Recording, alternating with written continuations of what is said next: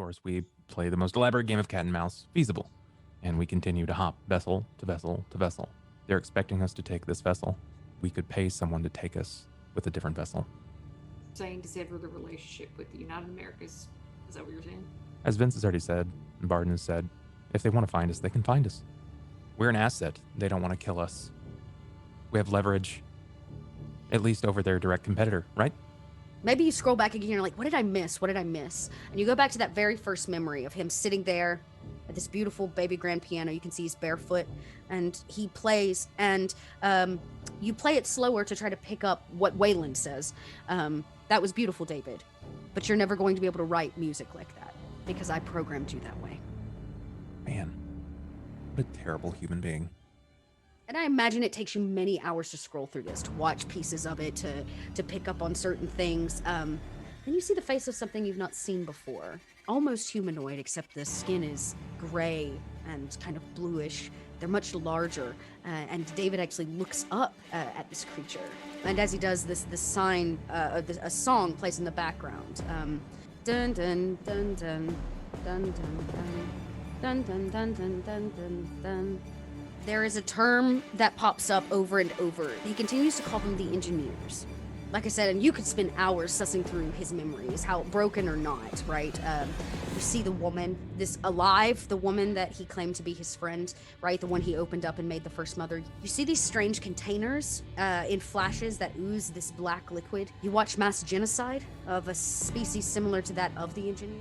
It like rips itself free. It burst open like an egg, but it's from his body. The people are screaming. David, from his perspective, he never moves. It's as if he's in awe of the process of birth, of life. It is the first time he has ever seen life given, and it changes him. He just stares at this empty body that is just a meat sack for something much greater. Rin, are you a mother? Nope. Never was in an environment that was conducive to bringing up a child.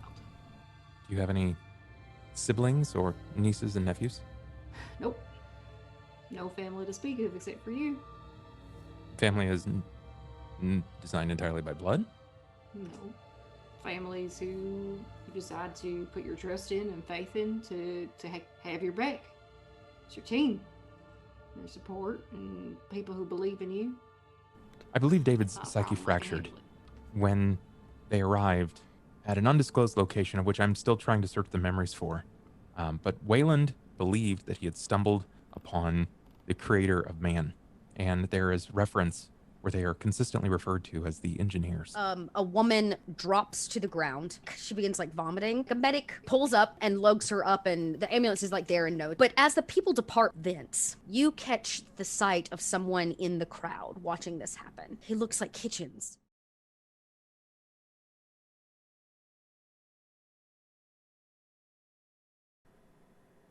Arise, minions, and welcome to unMadeGaming. We are here for the finale of Alien Emanation? We're not sure. We don't remember what Dot said, because we only half listen. But this could be the last episode of this season.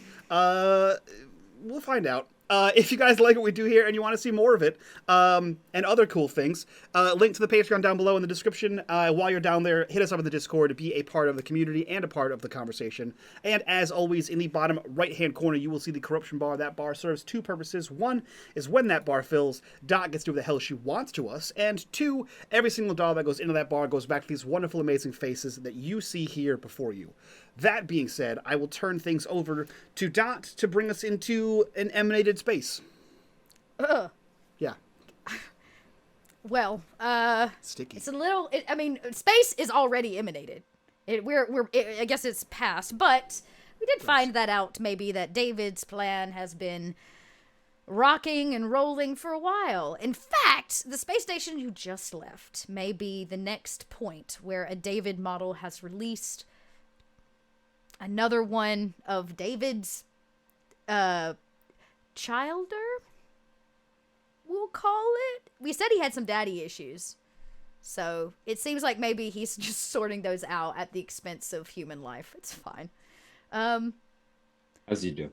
As you do. But all of you were given safe passage, a literal ship off this ship, which is probably a good thing at this point.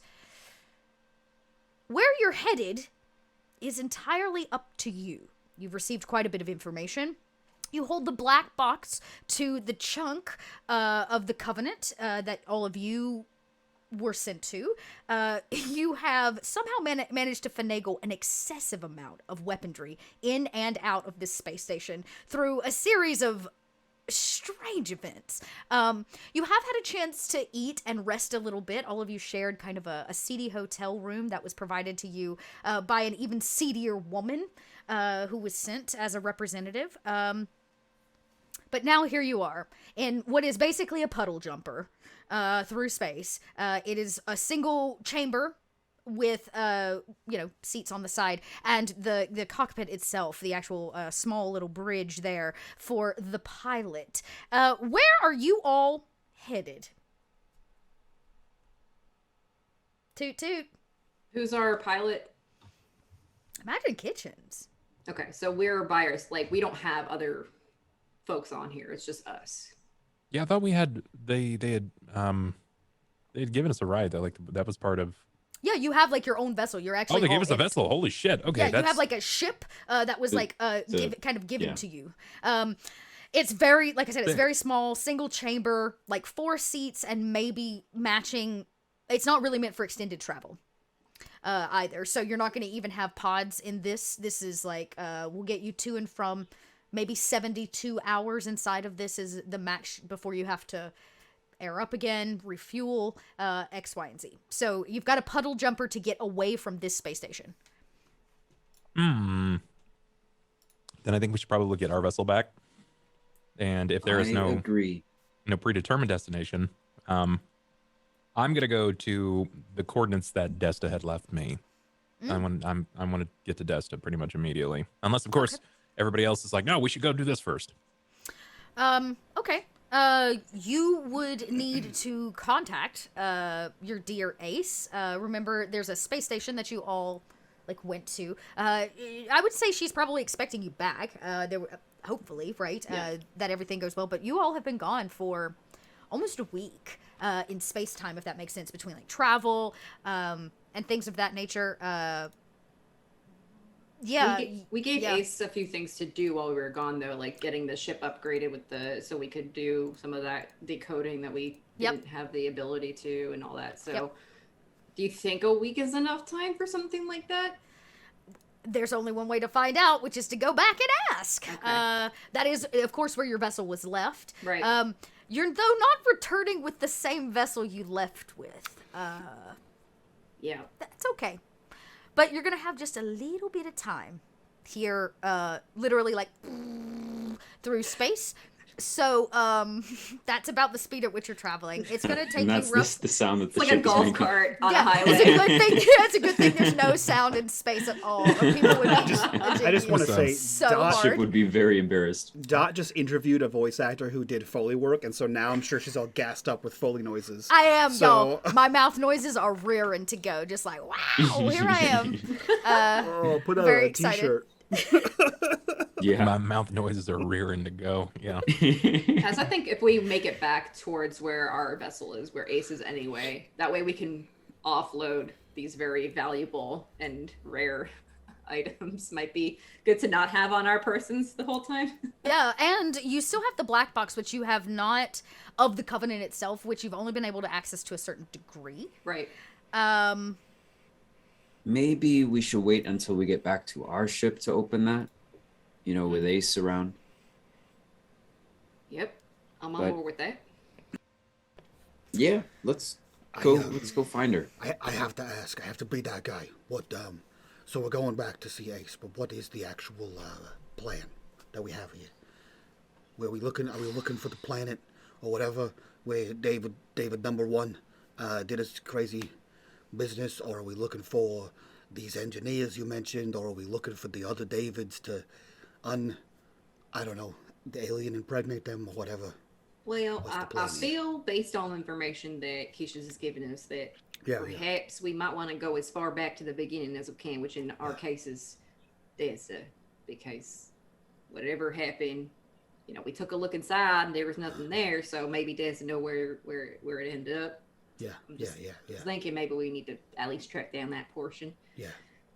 And maybe Vince's lady friend can figure out what that strange planet was, or the engineers are in the meantime. She's all of our friend. Just to be clear. She's like a crewmate, you know. She's intelligence for us. So yeah, we she's like a crewmate, like how Marilyn was a crewmate. I jabbed no, Barton with my elbow. That is so not at all. I'm old. I have brittle bones. We're Yeah, definitely that's not the point. friends. She's certainly frightened by me. I can sense that much. Well, Kitchens, didn't you want to go find the other Davids? Oh, okay. I really I had to okay. what's wrong? I may have seen as we were leaving the station. As we were leaving the station, I'm pretty sure I saw someone who looks just like you, Kitchens. When you say pretty And- sure, do you mean? Give me a percentage. 90%. He was kind of far away. That's a pretty good percentage. And you know, I wouldn't have mentioned this if we hadn't encountered this kind of stuff before, but in the same span of time as we were leaving, I saw a woman who was very violently vomiting. Those were 3 V words, very violently. Anyway, so that station might be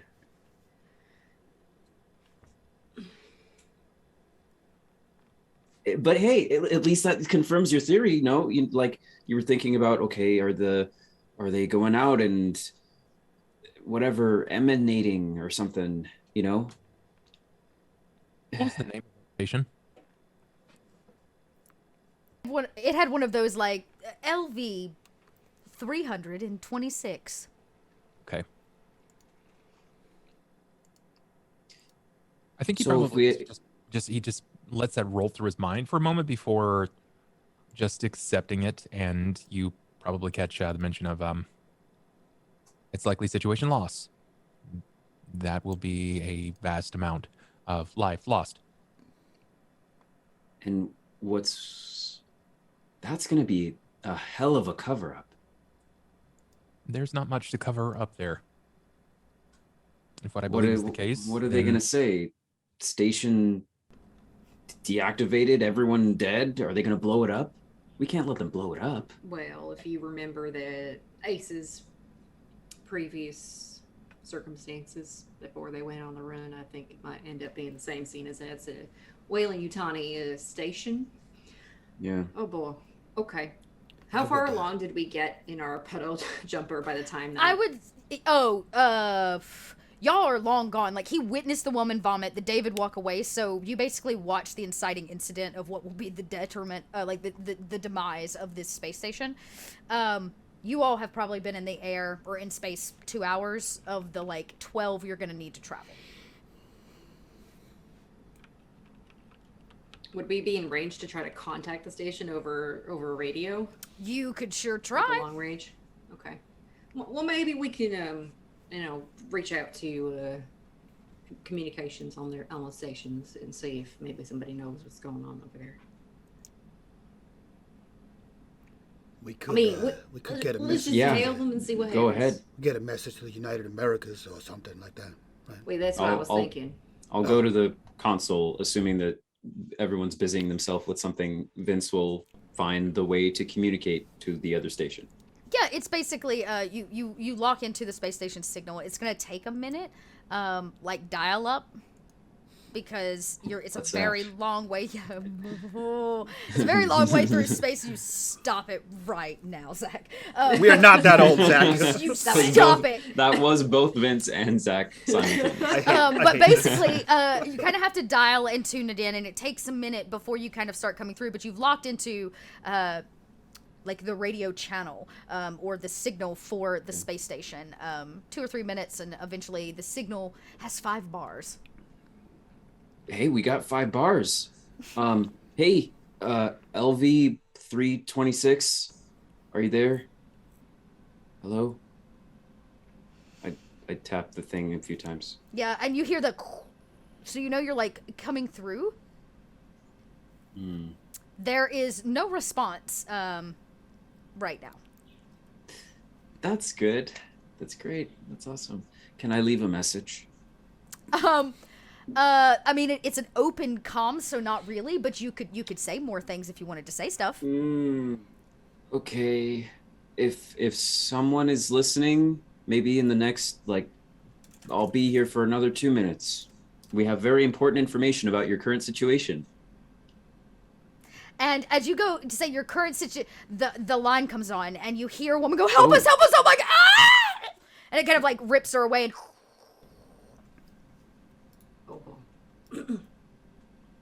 I put the phone down. Do we still have a line by chance to Percival or to Enzo? I would say probably Percival, not Enzo. Percival would have given you like, it's probably you're far too far away from the United Americas. Don't we have that base. business card of what's her face? But you have her business card, so you know maybe how to communicate or like contact her. Probably what it'll be is like drop a line, receive a line. It's almost like space email. It's a space beeper. That's a device we used in the 90s, Zach. Yeah. E-space. I think so. Ren has the manifest that they were given in the card, and she kind of gives it over to Vince. Why don't you leave What? information regarding the station with the Okay. you know, the lady, the agent woman, and let her know What? that Okay. you know, perhaps that it's time to Do it. not board the station necessarily, but consider it as lost to enemy forces, perhaps. Okay. And then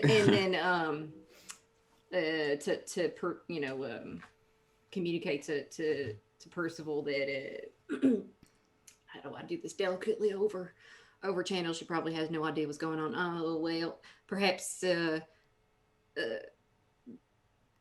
we fear the worst. Perhaps you feel like that's a dreadful enough message to convey. Could just release some truth that a Wayland Yutani biohazard has been driven to LV-326. Oh, okay, but that will work too. I like the straightforward approach. That's fine. I remind you all, both of those people were on board that space station. Right. Percival and this strange contact. Percival left, though. Did he? You saw him leave you. He walked away from us. He got on board the ship with his daughter, right? And they stayed on that ship? He was the man, the shadowy man, who Yeah. he did get on board with her, but he was also the man in the robes, like the shadowy robes, who passed you the information about the card, like the hotel and all of that. The like Vince talking back to back. That was also, you learned secondhand, Percival. So you don't actually know if he left with his daughter, if he stayed on board, what was going on. Now, it's probably highly probable the agent, she might have bailed, but he could still be on the space station. You just don't know. That's fair. I write the message including Wayland Yutani biohazard released on said station, and send it to his space mail, his e-space. E-space. You know what, Dot? Fucking this cannon? What is the range on e-space mail?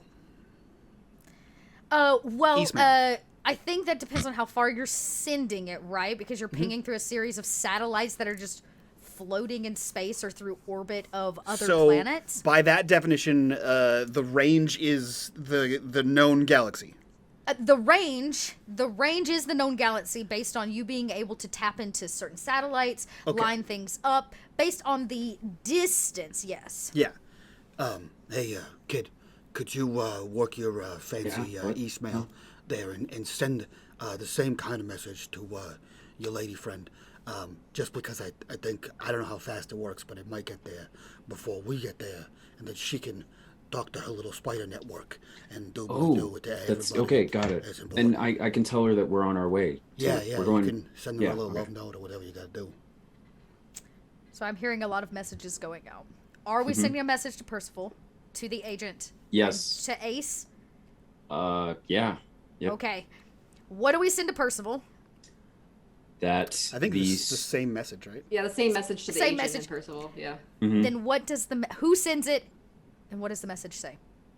message says, and I'm looking to everyone else before I send it, so if they have stuff to add. So and so station, that's the official name. You know, So and so station. yeah, so and so. That's all one word. So and so station has been compromised by a Wayland Yutani biohazard, and I turn to the rest of the group. I'm like, what do I say? Good luck? What I mean? I would say immediate extermination of Slash organic evacuation? matter and life on board is recommended. Okay, I type Good luck that. and Godspeed, I think. And I'd say that it. Do not, and I repeat, do not attempt to board the station. That's a good one. Period. Oh, friends. Are you sending this as an encrypted message?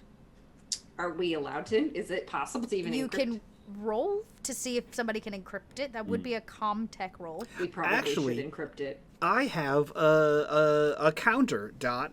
So in the military, which I am part of, we use our cards to encrypt emails, and we have Crazy McCrazy Pants' card.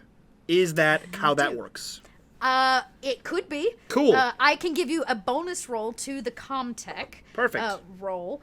Yes, but you're still going to have to roll. That's a great idea. I think Kitchen's A gonna 9. roll that. I got 9 in contact. I have an 8, Oh, so man. go nuts. But I remember I can't push.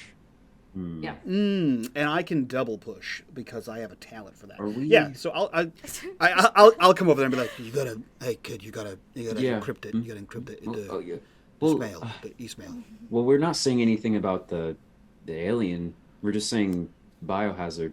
Is the Yeah, worry but that I think- Wayland There is some Yutani's sensitive gonna? information So I in there. think Let's I be think honest. what can happen is Okay, I don't. okay. This isn't my. I work with rocks and aliens. Yeah, I okay. think what can happen is you can like trace like a phone call, right? You know what a phone does. Oh, you yeah. trace it backwards to us, and if they find out who we are, then they missiles, and then we die, and that's This is bad why I for Okay, never everyone would encounter involved here on aliens. the ship. All right, okay.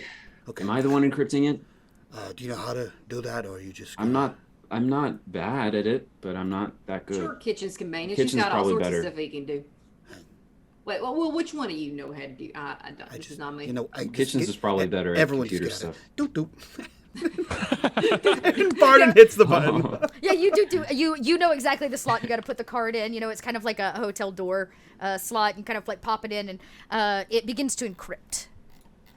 See how Beginning successful. encryption. Nice. Two All you needed was a single success. You added a die for that as well, for the card. Yes, I did add a bonus for the card. Would you like to see if there are any stunts to take before I tell you Isn't what there goes like, down? I feel like one of those is like increase or decrease the duration of receiving or something like that. I don't have my book open, Dot. I got in roll 20, you gooberhead. It What? says basics. Yep. I got the stunt table for you. This prepared ass dungeon master. Look at this Stop game your- mother. Bitch, you don't keep me around for no reason.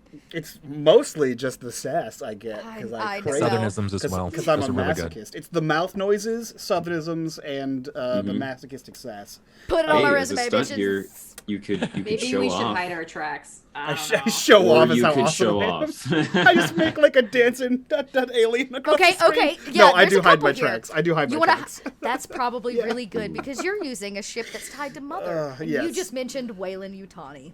Yeah. If you think that they would not start tracking you, Oh, but great. beautiful. I imagine it's a little like the Matrix in that we see like the code, the message, tick, tick, tick, tick, tick, across that like 80s bulbous, green screen, and the little green letters like click, click, the message from Vince. And when you plug the card in, the program runs and turns everything red. And it takes all of the letters that made sense and turns them into a series of symbols that have to be decrypted. And you send it off, pew, pew, pew, and it hits the 3 locations that it's supposed to. That's what sound it Wow. makes when it goes from space beeper I to space love beeper. these Sorry, sound I'm- effects. I'm Can we feeling get like these on our ship? I feel like Barton encrypting the message. He's like, how do I get to buy them so they don't pick up on the hot words? Waylon, you can Yayland Uwutani. There we go. No, I that's just. it. It's like when you're trying to make a hyperlink, not a link, so you spell out dot in parentheses. He just starts adding random periods into the middle of words. Adds a random gosh. space. It's like land Utani.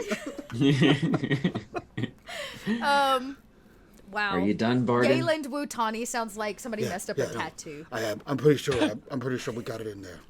No regrets. Building better worlds. Okay. Yayland Uwutani. All right. And then what message am I sending to Ace? Oh, I thought that was all of them. Same thing? I feel like the same information, but also, and we are on our way. Yes. I feel And like you just please make sure this gets to Should those I keep? Oh, so we're keeping the Uwutani in there. I feel like we should just send the same message. Say this is part of the message that needs to make it to the other destinations, just in case ours doesn't. Right? Okay. Okay. I mean, I feel like just maybe I'm overthinking. Yeah. It. Yeah, Am I okay. overthinking it? Or- No. No, I mean, I would have assumed that he just would have put everybody in the BCC line and just sent it in one email, but I don't Well, know. but we need to let Ace know that we are currently in efforts Yeah. to make it back to. That's true. You're our right. ship. You're right. No, that sounds Yeah. good. That sounds good. I describe our. No, I don't. I start typing out describing what our ship is like, and then I backspace, and I just say we're on our way. That's all I say, and then I send it to Ace. I'm just gonna say, if we don't get a t-shirt with just like a baby Xeno on it that very clearly says Yaylan Wutani building better worlds, I will never forgive you, Mike. Please, somebody, I'll make take this I'll- you know what? merchandise. Come get me, Disney. I'll take that lawsuit. I'm also saying, like, the shirt that just says "Inspect your own cavity." I would buy it. With just like the inner workings of a synth. Yeah.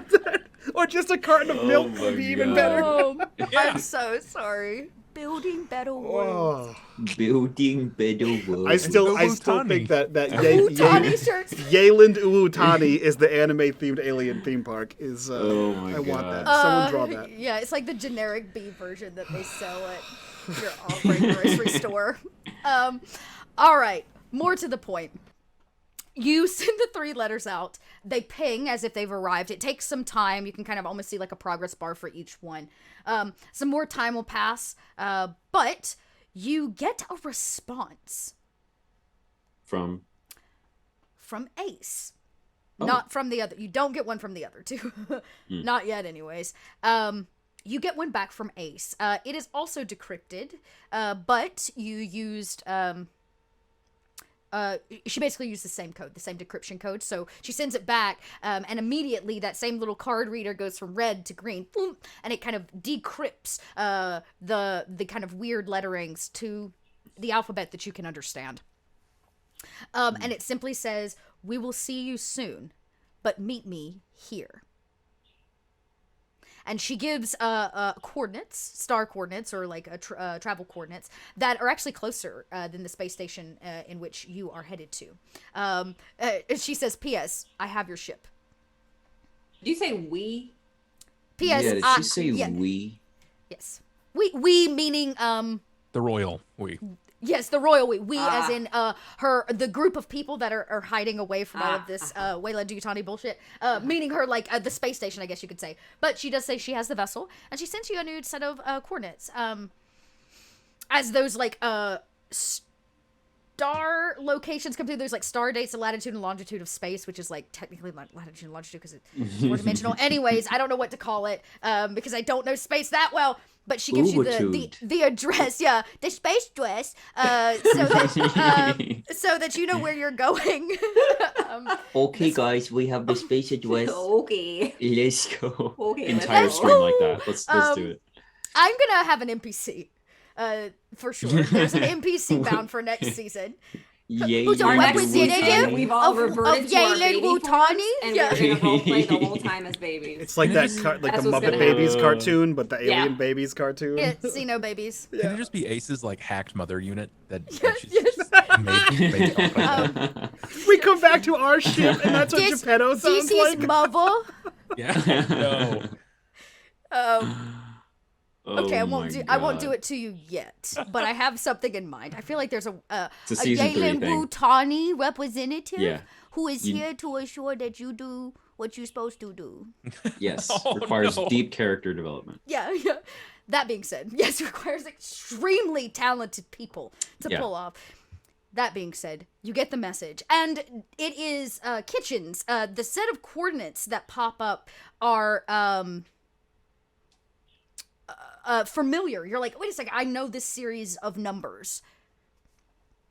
I do. It's my birthday. You do. It is the last known location of Shakespeare's like fort, his tech fort, his tort. We had been there before, right? You have not 'Cause we- physically been. No. You called him. Remember, Desta put the coordinates in to contact him, the radio, the signal basically to get you away off of that horrible ice planet, right? Because that's when you brought the big trash tanker or whatever, the junk tanker in. But you have not actually met Shakespeare. Okay. But we know that Shakespeare's deceased. Yeah, we know he's dead. You know, yes, because Ace told you that like Shakespeare is long dead. Got it. I bet Desta kind of probably found out too. Desta seems to be involved in some of this weird Yes. rebellion in some way. Okay. Then I will inform everyone that we at least know of what the destination happens to be. It's from someone that we'd spoke to previously. Even if he is deceased, we are finding ourselves in the company of the last destination of Shakespeare and Vessel. That's encouraging because maybe it means Ace has kind of like, decided to take on the responsibility. I remember she was hesitant about that before. I'm not so certain that that's the greatest of news. It's good that she has decided to move onward with the project. It's unfortunate that she chose that location, as Shakespeare was found previously. Maybe Yeah. there's another intent there. Maybe there's And, something we need to see. He, And he then we was get a go from he's there. also killed there, right? Right. Correct. All the more reason no one will ever look there again. Because who would hide at a crime scene? Right, hiding in plain sight. Right.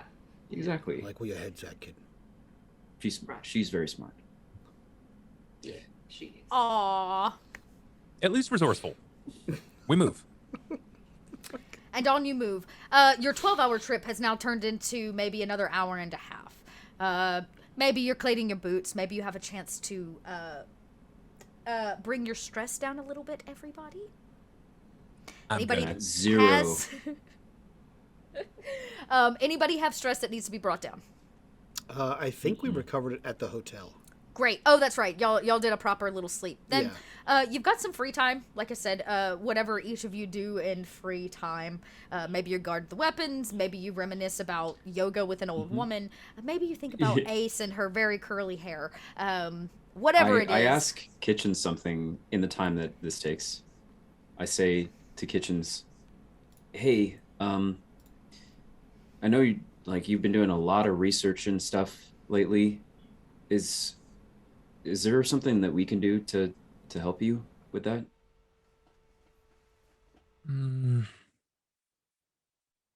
I suppose the best thing that you are capable of doing at this point is determining your commitment level to a cause. Certainly something that's going to be greater than either of us. We'll have to outfit our vessel so that we can span. I came to when you guys went down to the colony, and I petitioned to be on the ship. Yeah, I'm here. I'm for it.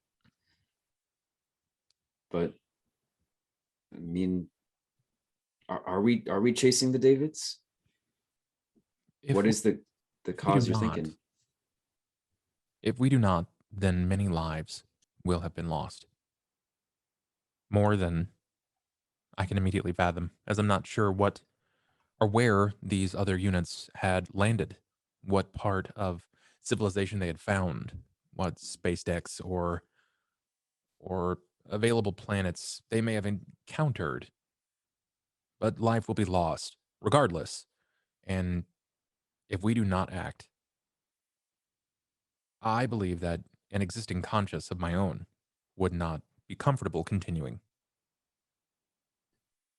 I can't with force you. anyone else to do anything like that, however. even if it has been removed from my unit, I am still incapable of forcing humans to harm themselves. And harming them is something that I do not take great pleasure in. Well, you don't have to worry about me. I'm No, I have to. I don't feel pain like you. I do not age like you. After you have died, I will still be here so long as I am not destroyed. I will see your children. I will see your grandchildren. And I will continue my own mission. oh, okay. That's something that is most unfortunate about humanity, is that your time is fleeting. I'm already older than Barden is, and you can't even tell. Hmm. Well, I might not have as long as you, but I can still do something to help. I have no doubt in my mind, but your resolve should be steeled. You should know what you're getting yourself into. It Likely the world's is. most lethal creature ever designed, and designed by Oh an yeah. addled mind. Mm-hmm. And now we're actively hunting them without the proper tools or excess resources or allies to assist in that.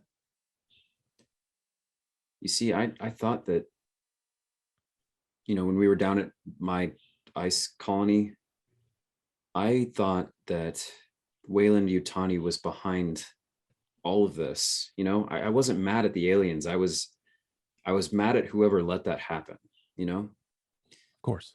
but because of you, we've now learned that there's just a bunch of rogue dudes out there just emanating, for lack of a better word. That's If who it I'm weren't- after now. I mean, I still want to take down Wayland Yutani, but yeah, I want to find these Davids too. If it weren't know? for the other units, the other David units emanating in this project as designed by David 1, this would eventually make it back to Wayland Yutani. They would militarize and control and continue expanse.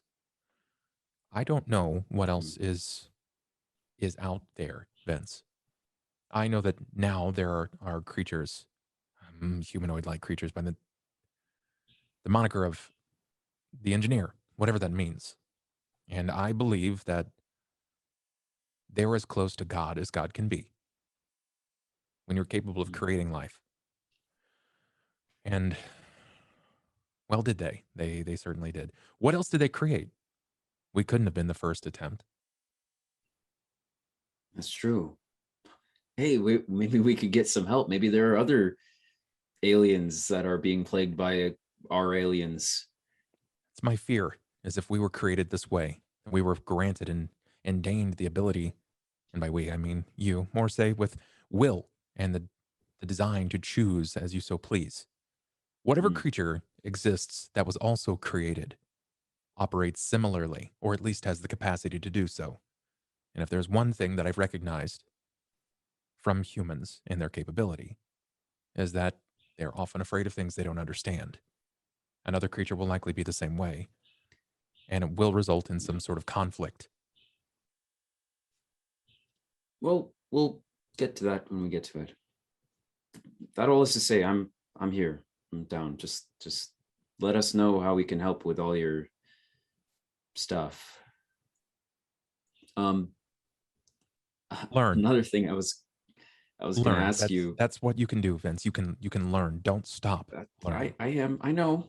I heard that a million times from Barden in the last 7 years. Okay, every single lesson ends with don't stop learning. Okay, don't stop learning.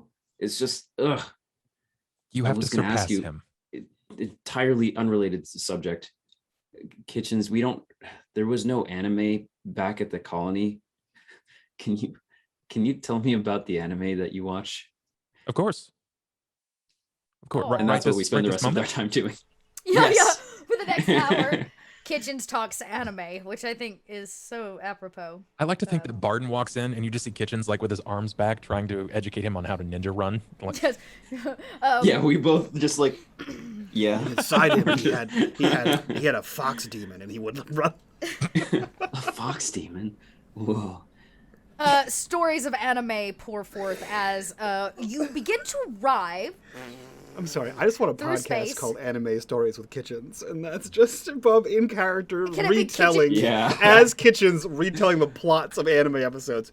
Today we're going to be on Naruto episode 102, and just go from there. Kitchen's explaining what a Super Saiyan is. Let's make that podcast with add Barton in there. I got you, Bob. The entire cast on the ship talking about what Kitchens is telling us about anime. Like, wait, really? What about My this? God, it's just this Big character. squad. It's just Yeah. the squad with just full on Mystery Science Theater 3000. Yes. Yes. Yes. Listen, Yes, this might basically. happen. If we keep talking about this, I might think this into Spin-off. existence. We were just talking about spin-offs. That's true. In between seasons, just saying. So Oh, we yes. arrive. Yes. So actually, you come up to the location, and what you come across is a small asteroid belt that sits between you and a planet that you can see on the other side. Somebody's going to have to pilot into this asteroid belt because that is where the station resides. Who is piloting? I suppose myself. Do you have a pilot? There's not. Yes, piloting. Roll it. Agility. I was like, I swear there's a pilot skill. Roll it. Yeah, I have. Well, what is the before we do this? What is the max level of a skill? Is it 3 or is it 4? 4, I believe, is the max Okay. level of a skill. I could be wrong about that. It could be 5. 5. And It's Okay. 5. Thank you, It's Mike. 5 unless you're synth. Right. Okay. Then let's go. Guess what, bub? I think you go up to 8 as a synth. You can go up to 8 as a synth. Sick. I got 1. I'll take That's it. all we needed. This is a very small vessel. Maybe had you been coming through with something much larger, you might have had a little bit more issue. But as you kind of putter through, weaving and dodging, you make it to kind of a denser portion of this asteroid belt, ever closer to this planet, which seems to be probably radioactive in some way. The atmosphere seems like greenish and noxious in color as the two moons shine down on it, beaming the dying star from the other side of this system. You see your ship. Barely. It is actually floating near a much larger asteroid that's kind of shadowing it or hiding it in some way. If you want to see it, you're gonna actually have to roll for this one. It's very hard. Observation. Anybody want to see the thing? You see your ship, but if you want to see the base, Nothing. I want to see the No. face. I want the okay. Oh, Vince. Bang, Nice. bang, bang. Got one. all right. So, Rin, you see it first. You're like, okay, our ship, there it is. Okay. But then just off in the distance, almost as the vessel is kind of free floating next to this asteroid and it kind of pans to the side, you can see that there is a big piece of rock. And as it rotates right, you can actually see it's been hollowed out. It's been carved out. Somebody took a massive drill to it. And the interior is spider webs, but made of steel and metal. Beams and pieces of junk residing from one side to another, holding other modules and nodes together. This is the size of the space station, almost the size of the space station you just left. It is huge and protruding out of certain orifices or holes on this rock. It is aliens. I'm allowed to say orifice. Could have just said holes, Dot. No, Could have just said holes. absolutely not. There's satellites and dishes, satellite dishes and antennae and things that are kind of protruding off the surface of this asteroid. Vince, on the other hand, got a 3, which means you also see this. But in addition, you see some of your young eyes can see much farther. I'm getting old. And you see that this is actually damaged. The lights aren't really on. You imagine that it should have more power. You can see that there's a chunk of the asteroid missing. Some of the antennae and satellite dishes are broken or burned around the edges as if this place may have been attacked. And deep on the inside, you can see kind of the sparking of fire and unfixed electricity. Vince says, "This it's a cool rock, but it looks like it hasn't needs some repairs. You see all that stuff? You see those fires?"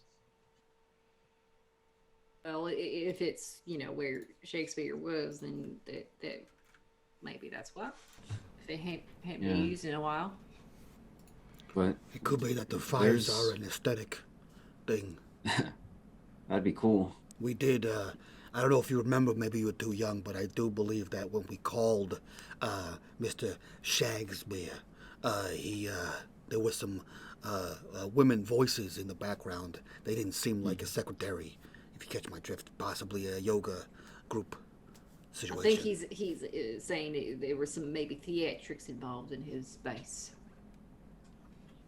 Okay. That's more or less With what I was- fornication. That's what I was But getting I at. was trying Yeah. not to go there. Yeah. He's New- I'm old. I'm Hey, adult. hey, hey, Nude correct? yoga. You're, Feel you're like it's 18. maybe Yeah, a yeah, topic of yeah. Yeah. And as you're talking about Naked fornication, Ace's voice comes over the radio. As Barton Come in. says, naked twister. Come in. She goes, Yeah, yeah. Yes, hello. Shut. Hey. Hi. Just saying, birds and the alien bees or whatever. He goes, where's the ship? Bullshit. The one you left with? Oh, that Scuttled it. We got a different one. You scuttled yeah, it. it's a long story. Yeah. Well, I guess you should dock then and pick me up. I'm on the freighter. We have to go down to his station. Is it in this rock? Yes. And why shouldn't we just board our ship and take our ship in? You can see that you're gonna have to navigate that big ship like down through asteroids. That being said, you could if you wanted to dock, but it also looks like it lacks power. You don't know if there's even like gravity or oxygen, so Okay. So Probably the best I leave option. that to you. You can definitely. So hey, kitchens might be able to pilot it down, whatever. so Let's get weird. she's I'm here for it. she's saying that we need to pick her up and then go into Right. However you rock. see fit. Basically, she's trying to get to the station. That seems to be where she's leading all of you. and she's in our ship. In our Yes, freighter. yes, she's in the freighter, the proper freighter, Or- the one Yeah. that Shakespeare jumper. called for you. And- all and- those many, Yeah, and her point is that taking our freighter into the rock would be a lot harder than this vessel we currently have. for sure. No, it's not doable. It also just makes your freighter vulnerable. But she didn't really say that. She just said, "Come pick me up." So Okay. you're gonna have to dock one way or the other, whether you get off or whether you're getting her on. Yeah. Okay. Is she still on the comm? Oh my god. Face the I whole time. it almost slipped. It was a pure accident. Wow. I saved it. It was an impure It was too accident, late though. I By that saved point, it. That I'm pause, so pure that I pause didn't died. realize it Yeah. until I heard the scoffs. I was like, why are they scoff? Oh. I Well, I hey, saved Dot, if you're giving me the choice, no, I'm just kidding. Yeah. So, not that kind of campaign. About that twister. oh yeah, is she still on the comm? Yeah. I mean, you say- you have a direct line to her. I say, how long? What are we going there for? Like, how long do you expect that we're going to be in there? I've received some new information, but I need a computer strong enough to process it. Nobody has a computer So- like Shakespeare. If it's even still there. All right, well, I'm gonna start flying then. Make this. Yeah. We've got to go either way. So Yeah. Docking is easy.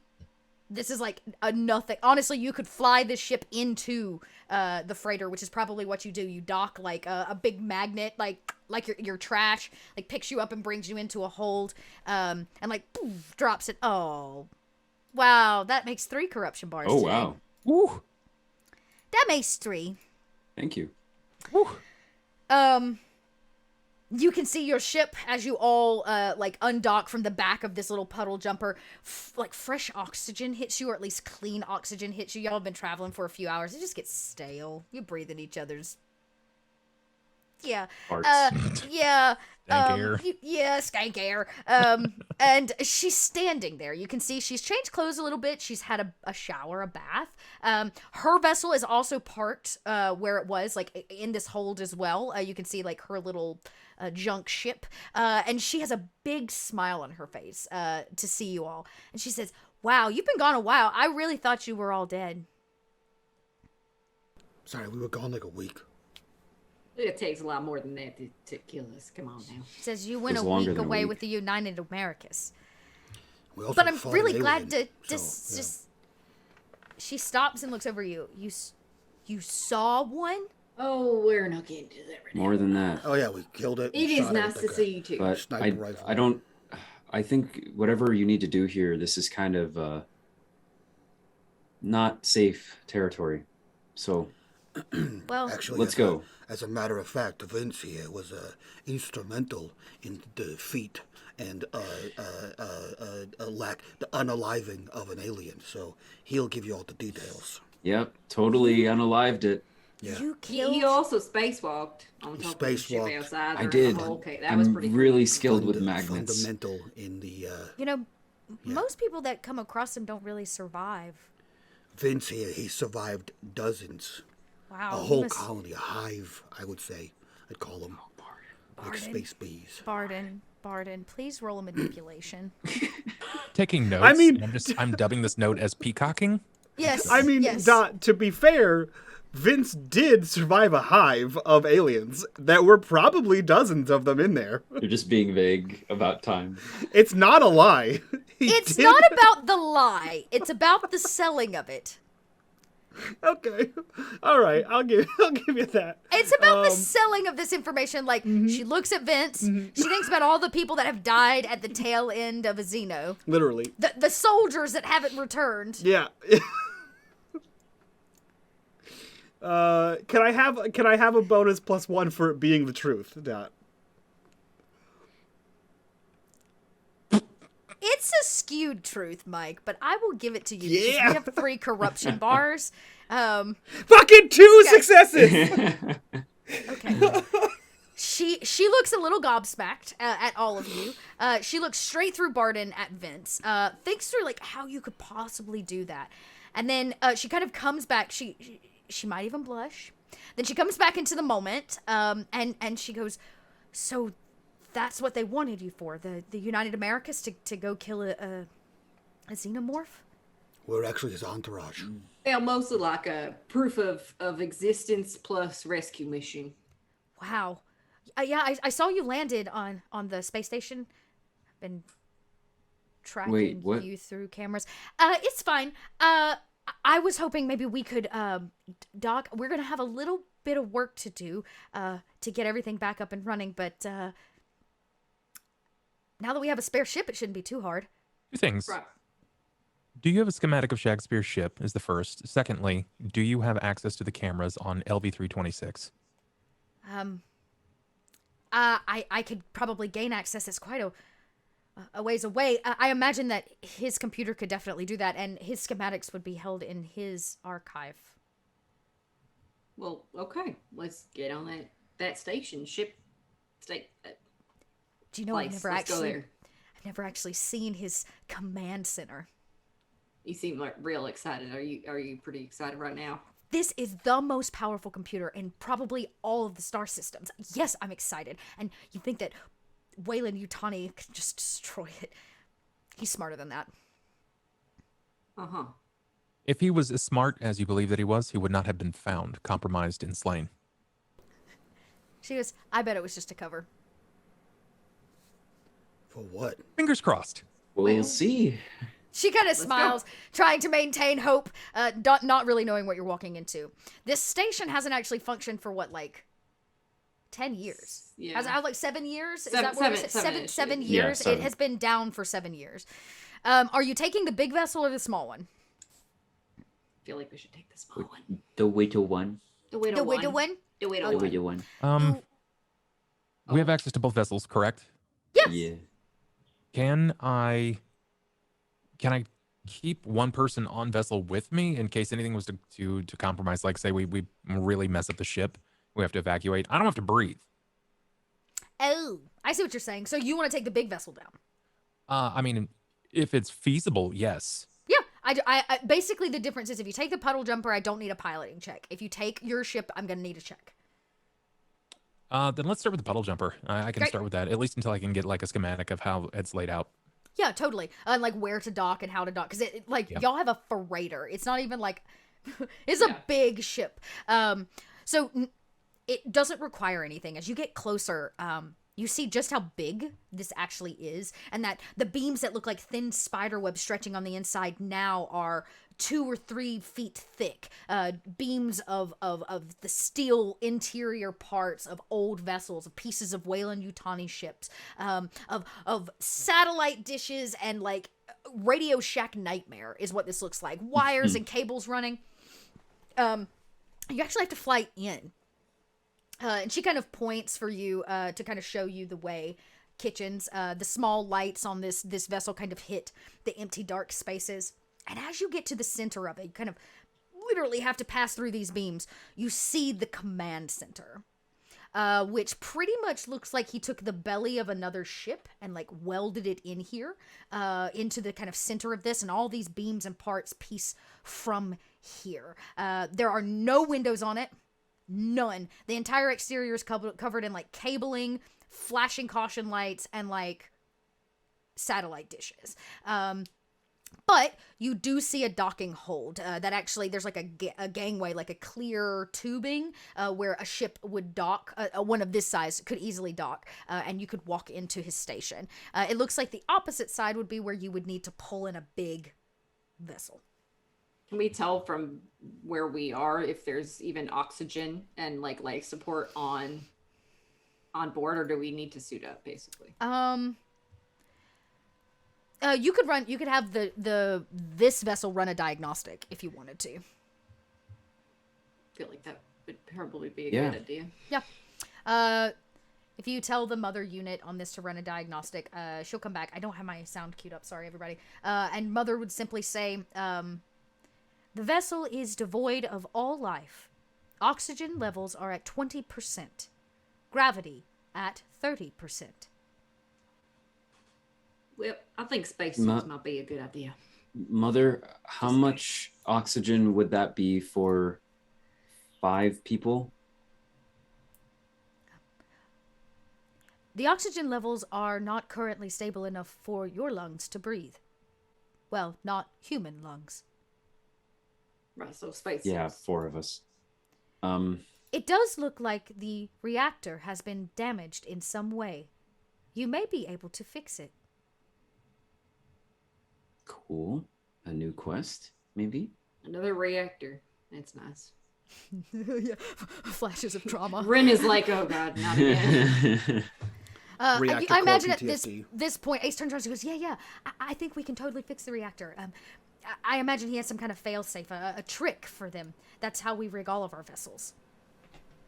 Right. All right. So still spacesuits. So let's plus radiation and all that. Let's just. Okay. All of you suit up in these same magnetic boots. They look like bad 80s astronaut like suits, because that's exactly how I imagine them. Big, except for Kitchens, because Kitchens doesn't need it. And as you walk the gangway, you can feel yourselves begin to float a little bit. There's a little less gravity. You actually kind of walk moon style kind of through here. The doors, the like sliding doors to create like an airtight seal are like touching, as if the mechanism has been damaged or injured, and you can see whoever came through here like pried it open with a mechanism, like a door ripper, and pried it back for them to get in. There doesn't seem to be signs of any kind of life. The only lights are the really sketchy ones, caution lights that he has rigged, or he rigged all those many years ago.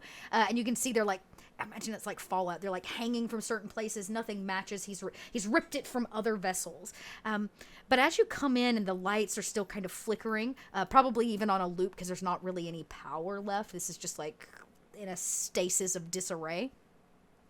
You can see on the walls of this space station, written in different kinds of paint or maybe a marker, in Shakespeare's handwriting is all kinds of lyrics and verse. Literature, some might say, sometimes written in a rhyme or a couplet. Yeah. But it covers every inch of the walls. Is it actual? Like, is this from the mind of Shakespeare? This would be a. This is hard because this requires you to know old things. Old things, hundreds of years old. You are old, so You are old. I'm not gonna make you roll.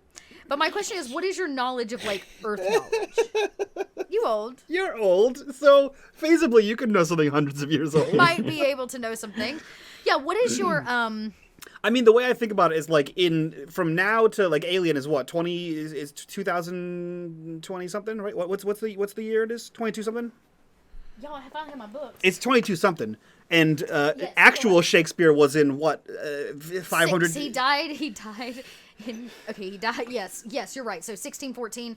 And we know about him now, so the chances are it could be 400 years. 400 years before we ever, like before 2000. So y'all do the math. It's been a long ass time. No, you probably don't know what this is. okay. Kitchens. You might know it if 'Cause you you have done old. some study. I'm a little old, and I've done some Earth study. Plus I whatever just else want I've it. studied. I just want it to not be actual Shakespeare, and it's just Shakespeare's dirty limericks. Just He 'cause, replaced every R with a W. Oh God. like Is there a Shakespeare. pattern? Shakespeare was dirty. Shakespeare is way dirtier. Okay. This would be a wits check, an observational wits check for anybody that wants to make it. There's definitely writing. I would say Kitchens. If you know anything of old Earth, there was in fact a Shakespeare, right? Maybe his name is lost, but a great lyricist of the 1600s. Okay. I'll give it a shot. So we're just looking. I just want to look at One success. the writing to see if there's just general patterns or anything. Yeah, or if that's it's what just this random. observation check. It's a wits check, so that's a general observation Okay. with wits. Yeah. Yeah. One. As the both of you kind of stare at it, and you probably all have the lights from your helmet like shining, and you're trying to make it out, and as you read, everything here has to do with love. A lot of sonnet style love poetry, bits and pieces from, well, how about this? Y'all wouldn't know the plays, but bits and pieces from various plays such as Romeo and Juliet, or Measure for Measure, the ones that deal with love or the thoughts of love, all's well that ends well. And you see pieces and parts of it, right? The ones that maybe meant something to him, or that he had some kind of valuable experience as he came across it. You're not entirely sure. But every inch of these makeshift hallways, whatever piece of this belly of another ship that he has repurposed, all has writing kind of everywhere. More in, I would say, what we would consider a graffiti style and less in a like insane asylum kind of way. Very purposeful, right? Like he might So paint like, a piece. artistic. Almost in an archive. Right, kind of a way, like you get a chunk of something, or maybe a word might be missing where he didn't know, question marks. It's an archive. Interesting.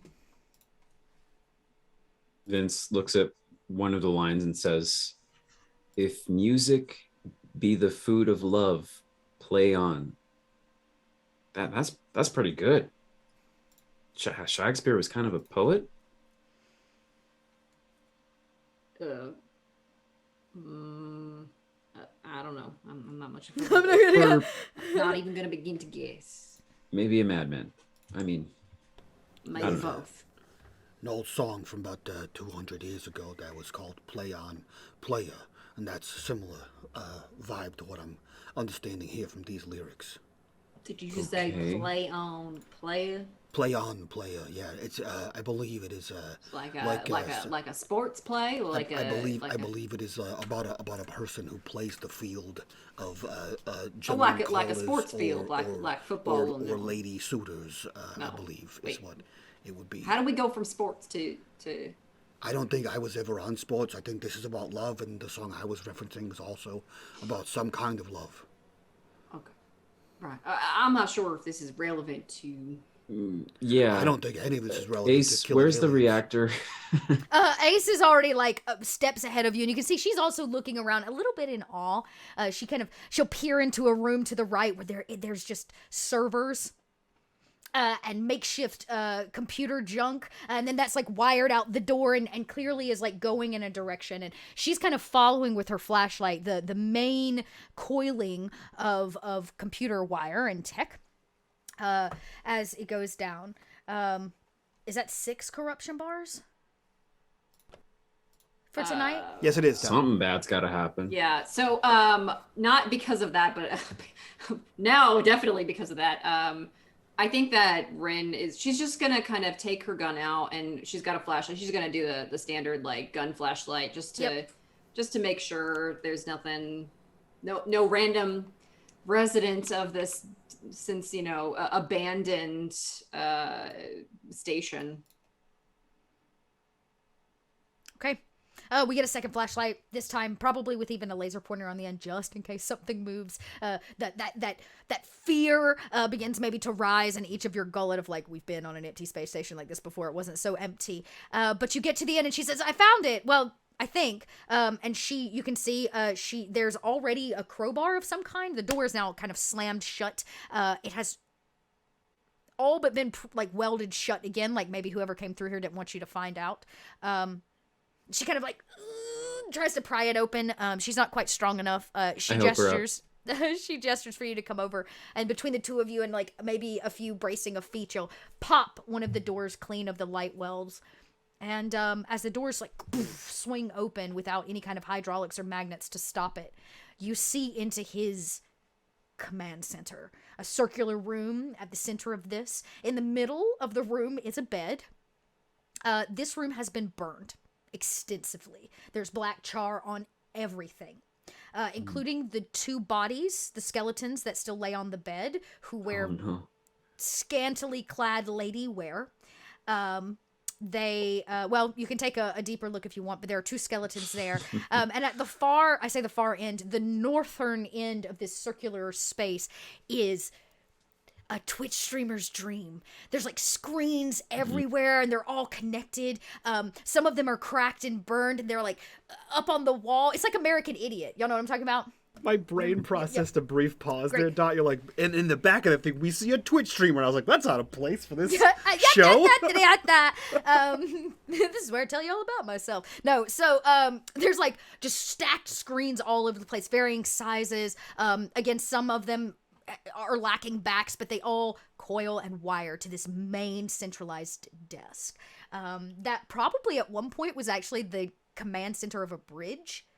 That he has like turned into, he's replaced keys, bits and parts and pieces. It is all burned. You can see where they like shot through a lot of the screens, and there in the chair is the charred skeletal remains of a man. He has a hole through his cranium, like what's left of the skull. You can see it broke out from the back to the front. That is very, very clear. He's missing kind of a whole piece of his head, and he kind of sits slumped in the seat, the body of this man, having been none the wiser that they were coming in. It's rough. How's Ace look? I would guess this is not a cover. Shocked. Like, she looks real upset. And she kind of goes over, hand extended, as if she might touch, and she kind of taps the chair, and it spins for the first time in 7 years. It kind of squeaks through the charcoal and the dust that settled after the fire burned. And she takes a look at this person that she idolized in some way.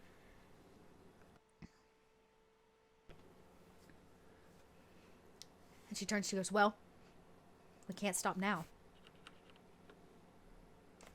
Just let us know what we have to do. We were already under the impression that he had been killed, so... Yeah, but it's different when you see it, you know? Yeah. Anyways, He fought an alien 3 days ago. She goes, right, yeah, of course. How silly of me. As if, like, she's not cool enough to even be walking in y'all's presence. Thanks, Barden. Good job. boosting the self-esteem of this 16-year-old girl.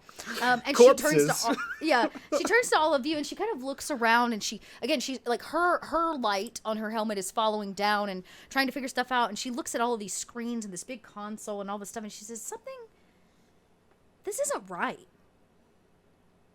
What's not right about it? Is there something missing? No, that's just it. It's all here. Shakespeare was way smarter than this. He wouldn't have just let Weyland-Yutani walk in and destroy his life's work. I'm judging by the two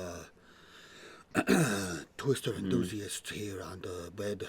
Maybe he had a friend come over who wasn't really a friend, and they were... Vince approaches the bed and kind of just make sure that there's nothing in the bed with the skeletons. Yeah. You can see the sheets and everything have kind of been burned. There's like what's charred left of it. They were the two women were under it. They kind of lay on top of one another where they also have taken headshots. You can see that they took them from the front though. What I'm saying is he seemed to like to have groups of friends. You Perhaps can one member roll. of the group was not a friend. I then look inside the mattress and under the bed as well. Ace comes over to you and she says, yeah, love. He's not talking he's talking about a specific kind of love. This is a really good idea, Vince. You can tell she gets a little embarrassed. She's like trying to talk about it out loud, and she says, yeah, if I were Shakespeare, where would I, and the camera cuts. Is that observation for your walk around there, Ren? No, haven't done that one yet. That was from before. Great. I'm gonna have you roll another one as the camera like cuts to you like checking. One. You find the reactor. You don't find anything else. You find these rooms after rooms of servers and like archives, right? Like a digital archives, we can say. As you get closer to the reactor, you know, because you can hear the problem or like the issue with it. More importantly, the rooms kind of begin to change the closer you get to the reactor. No longer are they just digital storage. You start to get some places where you see burned books and stuff.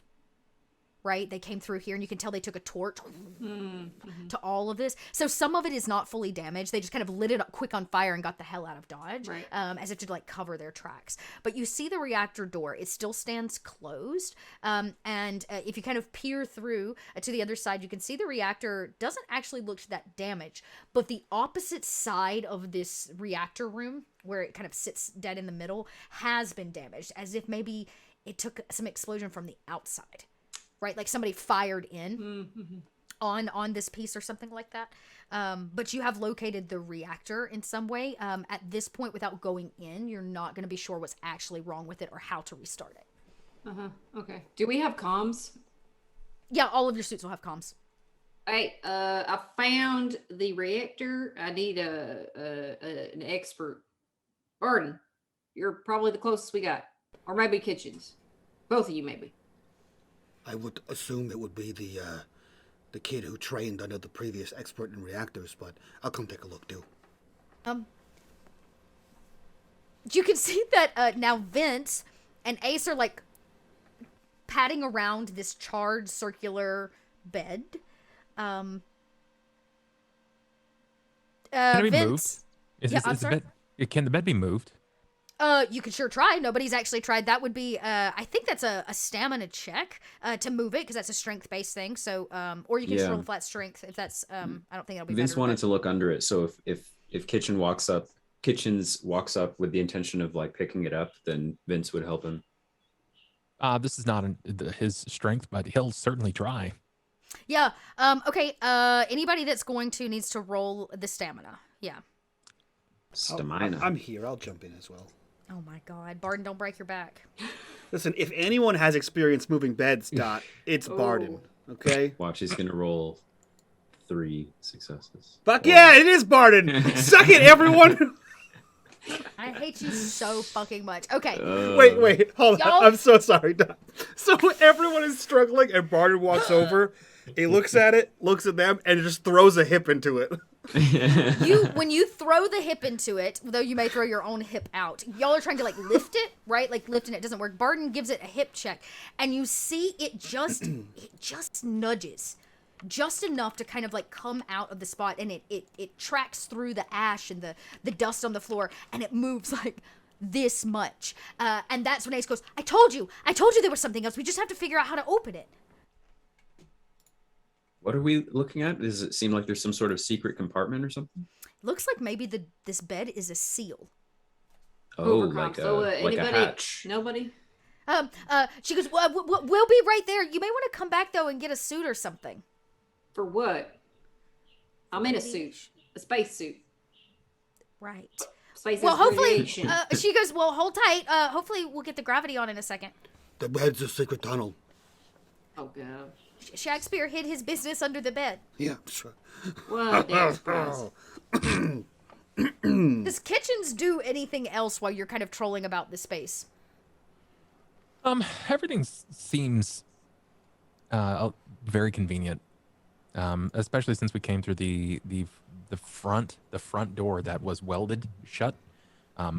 When was it welded from the outside or from the inside? From the outside. So like they probably set this place ablaze and then closed the doors and like welded it shut. They didn't hard seam it. They just kind of tacked it closed. It seems like a mistake. Even I'm guessing that every vessel at this point probably has some sort of status of life that it has to maintain. So it probably turned on like a sprinkler system, or it cut oxygen to flame, even if for a brief time, is my guess. So I don't know. I want to dawdle about. I'm not too convinced with just this room. It seems to be a point of fixation for Ace and now for Vince. But I think I want to meander about and see what I can uncover. In addition, so outside of this room or in this room specifically? I think outside of this room, it feels like this room is important, and I know that my eyes here could be beneficial, but I feel like something more exterior to this, and I could be wrong. I'm willing to accept that I'm wrong, but I want to look about. So you're kind of Rin was looking for a different kind of thing. I will give you either an observation or survival. Usually survival is like living in the wilderness, but in this case, you're coming at this from a perspective of like what's going on here, right? So I'll take either, whichever's better for you. That's Wow. 5 successes. Holy fuck. Okay, you can see Rin's boots, like where they dragged, right? Like every time she stepped in the light gravity, you can like track her, and you again hit the same room. You see the same thing, but the closer you get to this reactor, again, the rooms begin to shift a little bit, and you come across a room that she very clearly stopped at and but didn't go inside of.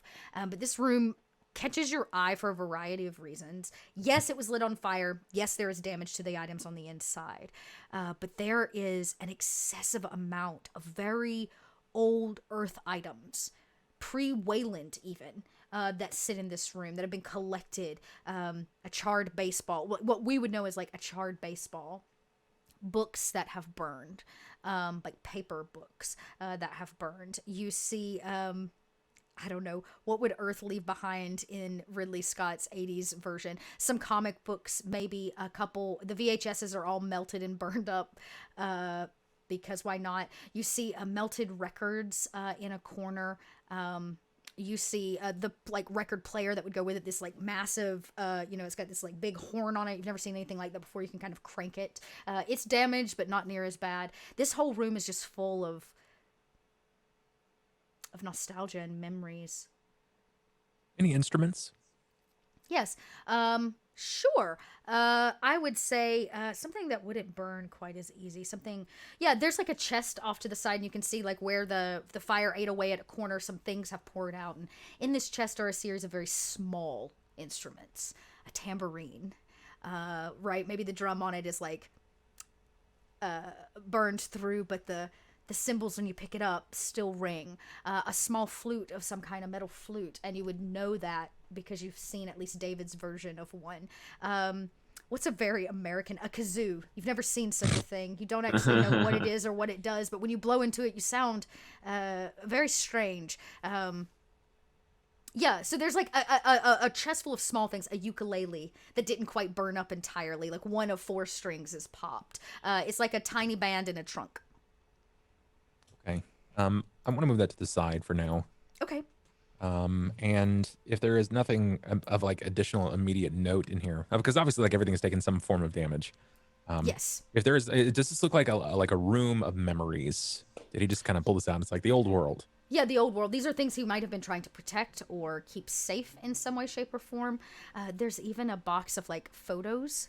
A lot at this point are really, really faded or torn. But these aren't like holographic photos.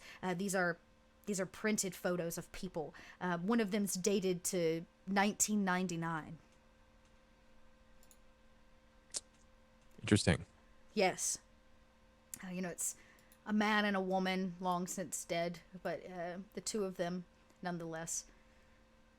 But most of this place seems there are old maps of Earth, Atlas.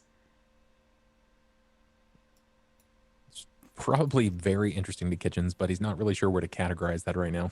Yeah, you're like, what do I do with all of this stuff?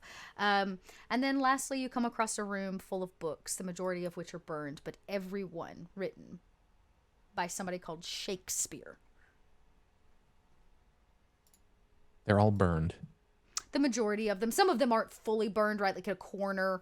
Maybe the stacks on the bottom are burned and it burned up and the ones at the top didn't quite lap, or something tipped over and it got out of the way. As you stated, more than likely, once they blew a hole in the side of this thing, it sucked all the fire out. So not everything is like charred to a crisp. Sure. Okay. With that, if there's not any more additional doors, then I'll probably make my way to Ren. Yeah, and you see Ren suiting up into, or like putting on a radiation jacket, like, or a vest, like the ones you wear for an X-ray, like over top of the suit. That's like what's hanging. That is what Shakespeare would have to assure he is not, radioactive, sitting next to this door. Oh, Nice hi, look. Kitchens. Nice, Yep. nice look. Not my particularly preferred style. It's a little heavy, even with the ladder gravity. Kind of like flick it. Is it when she says heavy? Does it? What I know of anything from the past that they may have used, is it a lead line jacket? Yeah, they might still use something like this for medical stuff. So I'd say you would know. It's basically a lead lined like vest that's oversized and almost goes to Ren's knees. Vintage. Great. Now I feel real old. I'm gonna try to repair this thing. Well, first I'm gonna look inside to see if it's even repairable, and then, yeah. The spacesuit plus this should be enough to deal with any radiation leaking out. And anyway, I'm probably gonna die soon anyway, as it is, so it's fine. Why would you die? I'm old, and I'm kind of just like, at this point, I had some time to think. We'll talk about it later. How about that? When I'm not having my own personal crisis. Fair. I understand. Just don't do that yet. I will do my best not to. Is Rin getting to the age where like oh, I lost another friend today? It's kind of. Damn. I'll tell you guys about it later. Yep. Let's check out that room. Let's see what that room's about. Yeah. You're able to, this would be on backup power, the last of the backup power. You have a really impressive card. You could give it a try. Or one of you can try to use like a Comtech to hack I'll start with Comtech. Great. There we go. Hey, perfect. One. It takes you a second. Pretty standard. The real issue here is that it's not any longer connected to the main computer, so you just kind of have to bypass some things, and basically you short circuit it, and the door again slides open. The magnet on the other side pulls it very hard, and now that it's open, you can actually hear the reactor like right. It's got that like buzzing or vibrating as if it's not turning or running. You're not entirely sure. But as you open the door, it definitely, there's less gravity in here. The both of you kind of lose some weightlessness because of the damage that's been done to the hull of this room or the space of this room. You don't know if it empties directly out in space, but there's like a hole in the corner. Fire damage, potentially. It's like blown inwards, if that makes sense. Assess the reactor itself and see what's wrong with it. Yeah, I'm going to say that's heavy machinery roll. Sweet. so totally don't have anything good in that. Same. It's fine. It's You totally can fine. definitely tell it's damaged. In fact, if the both of you look up, it doesn't. Okay, a 1. It doesn't take a lot to note. Perfect, Rin. You're like, what is wrong with it? What is wrong? You look up, and there is a beam that has been like, and whatever explosion happened here is what actually came through that hole, right? And it is like sticking into the top section of the reactor. It's pretty much a miracle that this didn't turn into like a nuclear explosion. Right, yeah. The good news is the reactor itself, like all of the bad stuff on the inside, is totally not damaged. It's as if this has been jammed into a fan or something. Is there any obvious way, based on the angle, for me to use some kind of leverage, like another piece from maybe another room to pop it out of the way? Because physically, she's probably not strong enough to like just shove the dang thing out of the way, No. but maybe using leverage. No, you see it 2 kitchens maybe when if Ren points it out, or like points Yeah. up to it or whatever. Yeah, she would. You see this like beam jutting out of it. It's very clearly like the issue. It's like sticking a broom in a bike spoke. How large is this beam? I would say it's probably 1 foot by like 6 inches. So it's like a beam. It's a T-bar, or like an I-beam for structure that got broken off and jammed in. Well, what do you think? I gotta try to get it out of the way. It looks like that's just stopping the spin. I suppose if we had the proper tools, we might be able to remove that with some I ease. mean, well, there's 2 options. Try to physically move it out of the way, maybe using some kind of push-pull, I don't know what. Or if there's maybe a welder somewhere, we could probably just slice the damn thing in half and pop it off. Maybe. What do you think? Given I had a little bit of power, I could amplify the heat of my hand to potentially at least make it hot enough to bend the beam. But I don't Okay. think that I have the power, without losing my hand, to cut through the beam. Well, we don't want to lose your hand. I've only got one of those backups now, thanks to David 1. Right. Okay. So bending it, maybe warming it up enough we can bend it. Maybe we could use something else to help kind of, push on it a little bit more. Let me look around. She's gonna go back into one of the closest rooms just to see what kind of options there are. There would be quite a few things here. He would not have been able to build this place without some tools. So you just need to find them. And I would say the both of you kind of have to backtrack. You pass all of these rooms once again, but you're able to locate some tools. But the camera cuts back upstairs to Vince and Ace that are like on this charcoal bed, like padding around, being watched by Barden, who hip bumped the bed and it kind of slid. Now Ace is really excited. She's like, okay, if I was Shakespeare, and she's kind of like, okay. And she says, what is it my father used to say to me? What is it that my father used to say? And she starts to think. She says, love looks not with the eyes, but with the mind. And therefore is winged Cupid painted blind. I know. And she kind of runs back over to his console. Yeah, and she almost like puts her hands, she gets excited because she's like figured it out, right? Yeah. She like puts her hands on your face and she's like, no, I mean, it is the bed, but it's not the bed. I got it. And she kind of runs over and she starts digging. You see like all of these charcoal clothes and stuff. She's like moving stuff and sliding. She's like, it's got to be here somewhere. What are you looking for? These! And she turns around and she has like a welding mask like on, like something that's meant to completely black out light, right? And she turns around and it's way too big for her head. And she's probably smiling underneath it, you can't see. And she goes, oh my gosh. And she bumbles over, you can see her like feeling in the dark. And she takes it off and she's like, you gotta see this. What's happening? I take it from her and put it on. Someone describe When you put it on, you see that he has used some kind of iridescent paint on the interior of this like jet blue or black mask, right? Welding mask. And as you turn, you can see that you're trying to line up the lines and the things. And when you do, it pinpoints over to like what was a dresser drawer near the bed. It was like a bedside table, I guess you would say. And you can see like all of these lines and these. There's some of the writings on the walls that pop up when you get it perfectly lined up. And she goes, "Do you see it?" Yeah, it's this dresser door. Do I say door? This dresser door. And she goes, "This one," and she kind of walks over. You can barely see her because there's no light in here. But and she starts kind of, she opens one, the knob pops off, and Ash is in her hand. But it pulls the drawer, and she's like, "Oh, wait!" And she kind of pries it free. She covers her mouth a little bit because inside are like burned condoms. You know, like in the like he's Shakespeare, right? And she doesn't know, and she's kind of like dallying around. And she says, she reaches underneath and she hits a button. Barton, you see these two kids being ridiculous. Like, what are they even doing? But as they wearing do, a welding mask. he She's remembers digging in a his- condom drawer. Yeah, he remembers his youth fondly. He knows the old welding mask and the condom drawer he's trick. metal as fuck, y'all. It's a whole So, thing.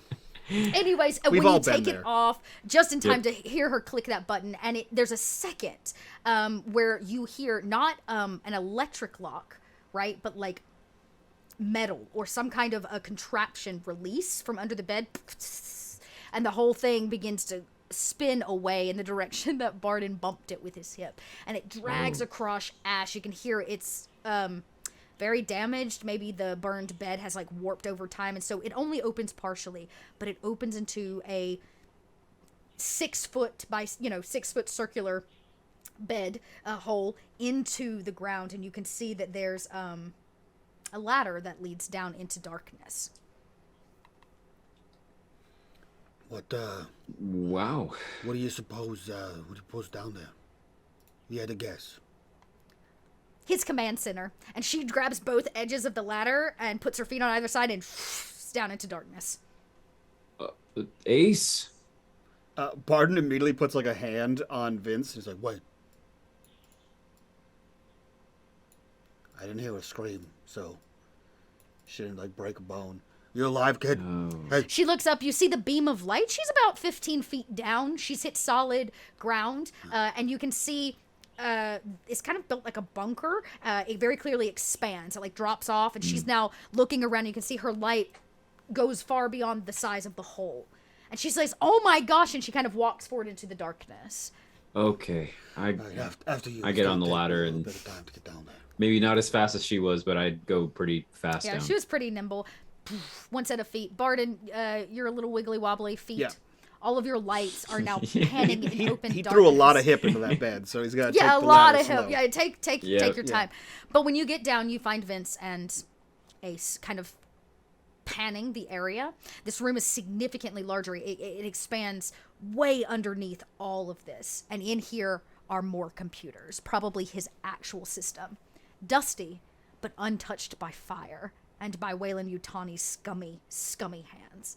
And she turns and looks. You can't really see her in the dark, but you can hear the smile on her face, and she says, I told you he was better than that." And the camera cuts to Ren and Kitchens.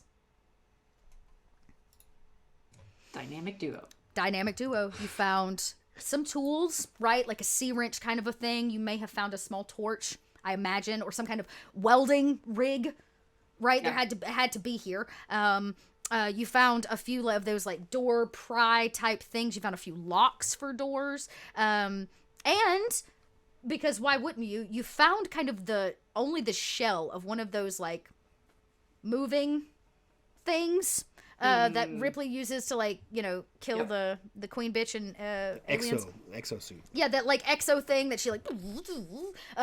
So, anyways, I love the sound effects. of yeah. What is it? How does it go again, Dot? There you go. Love it. Well, I feel like we can make use of this. We'll figure this out. Yeah, you think this is good plan? Well, it can't hurt to try. Yeah. Again, not my explicit area of expertise. This would probably be better yeah, suited no, but with Vince. I mean, this is or- just like old times when we were fixing the freighter. Anyway, it's not much far removed from there. Mostly, like less one nuclear reactor.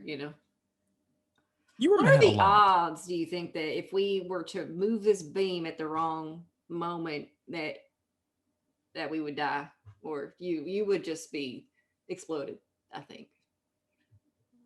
Um, I don't think the probability is incredibly high with the amount of power that is surging through the system. However, I don't like the way you think. I'm just thinking, do we temporarily shut the emergency backup power off so that the reactor turns off for like a brief moment while we, free the beam, so to speak? Free the That beam. That sounds like a go-to saying for vintage voyeurism. But yes, I think we should likely execute power removal in this situation. Okay. I feel like this is a good plan. Do you want to be on power off, or the beam? I suppose yes. Whatever you think Great. is going to be better. All right. Forgive me. I lack the raw strength for this. Who's pick a number, one or driving two. the robot? One or two. Pick a number. One or two. 2. Okay, I'll drive the thing. You made the decision before I guessed, didn't you? I've never liked your games, Ren. I like you as a person, but never your games. Well, first time for everything. With 6 corruption bars left, Yeah. right, you get in this machine. It's really old and rickety. I am gonna need a heavy machinery roll. Yep. Oh boy. I got 3 dice for this guy, so this is like the worst plan ever. You might have to take some stress to get through this one. I know. Tell me that wouldn't be an exhibitionism campaign slogan. Free the beam. Holy Yeah, effing free the beam. You did it. Free the It beam. takes you watch. It's a little wiggly to start. Like I said, it's missing a lot of. Even though it's really just a frame, it's missing some pieces. Like for example, when you get in, there is no grate on the front that comes down. Like you're just Yeah. it's just you and this thing. It's clearly had some of the arm. Both of the arms are from different machines because they've Lovely. been like welded onto this. But Kitchens, you witness a miracle. Ren figures out how to walk this thing down the hallway all the way to the reactor. You arrive, beam still there. She's amazing. Yeah, like miracle worker. Like just what a badass. Okay, so if you climb up over here on this arm, right, you can get yourself, I can get you situated. You use your, how much extra power boost? You think this little thing over here would give you enough to soften the beam a bit there? And I can use this like almost like a car jack, right? And then we'll get it up and out of there. Theoretically, all we might need to do is just heat this, and you use the clamp arm to bend it down and out. Oh, yeah. And possibly keep it out of going further down into Of course. the reactor. Of course, that would be dangerous for everyone. Yes. Okay. Well, I like this plan. Great plan. Let's do this. Let's get Okay. this thing out of here. All right. Okay. Okay. Oh. Kitchens, you are gonna torch it. Yeah, I'm just going to get it to the point where it's malleable. Takes a while with like just your hand, your makeshift hand, but you begin, and slowly it starts to burn that kind of red embering color as the metal begins to chemically shift from solid into a more kind of malleable state. Ren, this is your opportunity. I am actually going to make this a stamina check because you're getting. How do I want to do this? Yeah, I'm going to make this a stamina check. No mobility, perhaps. Okay, I would take an argument for mobility. You're not going to get any bonuses though. Yeah, I'm saying more because like we've already situated the the robot, and I don't need really my strength necessarily to keep Right. it there, right? I don't know. Maybe. What do you think? I say you can. I would take a mobility check. It would be different, say, than stamina, right? Like each one is going to have a separate outcome depending on. Okay. But if it's better for you to roll it as agility, then that's what you should. Oh, for sure. There's 7 dice versus 3, so Yeah. you know. Yeah. Just Your maybe. likelihood's way higher. All right, here we go. And before no. Oh, okay. One. Thank goodness. Again, 1 is all you need. It's not pretty. You reach up and it begins to like. And as it bends, eventually under the weight and the malleability of the metal, it snaps. Now, fun thing, half of it is inside of this fan. And since we have a corruption bar, Yep. the other half drops. The fan kicks back in. And as it does, it sucks that piece of metal that's about this big out and shoots it into this room at a pretty fast pace. First corruption bar will be for the both of you to not be hit by a piece of Yep. unlodged metal. I'm gonna have another agility check or a mobility check. Rin, well, we'll see because you have a little bit of shielding. Kitchens, actually, I'm gonna say you're gonna take a negative to this agility check because you're in the suit. Yep. Kitchens, you will just make a regular one with no penalty. Okay. Unless How many- you how just many want to take a penalties? piece of metal to the face. Just one. Just a Okay. negative one. Yeah, that's fine. We got this, guys. You All could right? also just own and take the piece of metal to the chest. No. Kitchen. Oh my god, I got one. Oh, Bet you guys wish you stayed with the Both of women. you did. Y'all are the key. That piece of metal pings off. It hits the side. You see it like dent the wall of the room, the same one that's like kind of emptying out into openness. It pings back across. It nicks the glass on the reactor itself and just cracks just a little bit. It doesn't shatter through. Praise be. It slams into the interior wall, lodging itself directly between Kitchens and Rin. get some flex tape for that glass. It's fine. Yeah, just Everything went great. Yep. You can see like a sweat just kind of like come down. Pour Like- down the face, but you hear it. some The white reactor starts to, and it kind of spins up into activity. The fans begin going, and it starts here. The lights, as power comes back on, gravity sets in. This piece of machinery becomes hell a lot heavier. Kitchens, your feet finally like touch the ground, like as if there is gravity in some way. The door that you like opened closes again because everything is kind of rebooting, and the camera will follow those lights all the way back to the main area of Shakespeare's hideout. Upstairs, the lights turn on. You can see a lot more of the damage, but all three of you are downstairs. And in the darkness, as you're like pinging through and trying to make things out, the lights turn on. Gravity turns on. All your feet hit the ground. What did you The touch? reactor They seems to fixed be it. working. What did you do, You touched Ace? something? What did you touch? I didn't do anything. They must have fixed Sure. the reactor. Is it a trap? oh. Is it a booby trap? No, Trigger I it. think it's fine. A sword blade or something? Barden, it's okay. Spikes? Yeah. Just saying, it's a hidden tunnel to a secret lair. Like a Ooh, mad but as the scientist. lights come up, What do we see? what do your eyes see? How mean do I want to be? I'm going to save one Thought we had corruption 5 for that corruption at the bars. end. I know. So I'm going to use 4. Fucking Christ! What? At once? I am. You're fired. I am. You're fired. In front of you is his actual console, which seems a lot more personal. Like it's not as big and flashy, which was clearly a cover for Wayland Yutani. This has 5 or 6 screens, basic keyboard. Off to the left, you all see a bunch of black boxes from other ships that clearly like plug into this console unit. But off to the right, Don't say it. you see 4 vats, tubes, big ones. Fucking hate this game. Inside of it are floating bodies in various stages of growth, I guess you could say. They're each labeled 1, 2, 3, and 4. And inside of it is how mean do I want to be, y'all? Chat's like, tell us what's in the vat. Inside of the vat is not what you think.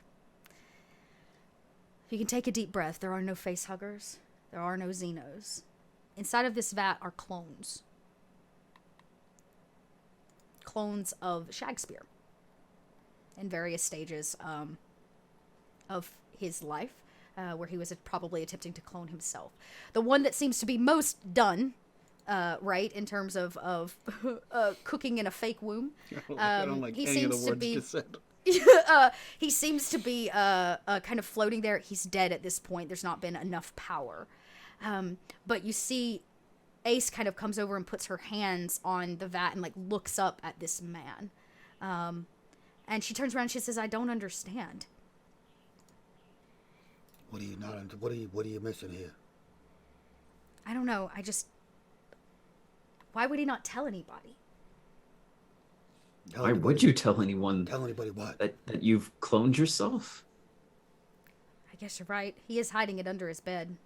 Listen, first of all, that's where you put things you don't want anyone to find, under your bed. But more importantly, if you're going to be the Shakespeare here and run the show and collect all this data over years and years and years, it takes multiple lifetimes. You'd have to be an engineered synth, or in this case, clearly some kind of weird clone man. Because then when one dies, you just boop, boop, you reboot the But clone. what's wrong with and then- this one and this one? And she kind of points to 2, 3, and 4. They look I don't know. That one's like 17. wrong. That one's like, In I think, what way wrong? Well, would you like to roll a Medicaid? I'm guessing, Sure. I'm guessing here that Mr. Shakespeare. I love that y'all are in the wasn't, wrong places for all of your jobs. This turned out so fucking great. Other than looking like an uncooked embryo, like an Gross. uncooked egg. And like an Yeah, like one of them uncooked, is like implying like, that it's supposed to be cooked. It's implying that it didn't settle well. Okay. Oh, okay. So the first one is like kind of He still is a curled dog. around itself. It's a little mutated in certain ways. The face kind of drags. Obviously dead. Like the life signs, the vitals, as all of the power turns back on, is like dead line. Barden, as you like work your way down, there are certain things that trigger maybe a little panic in you. I don't like that. If you walk around the vats, you can see that there's like something protruding out of the spine of one of them, as if it is a tail or a deformity of some kind.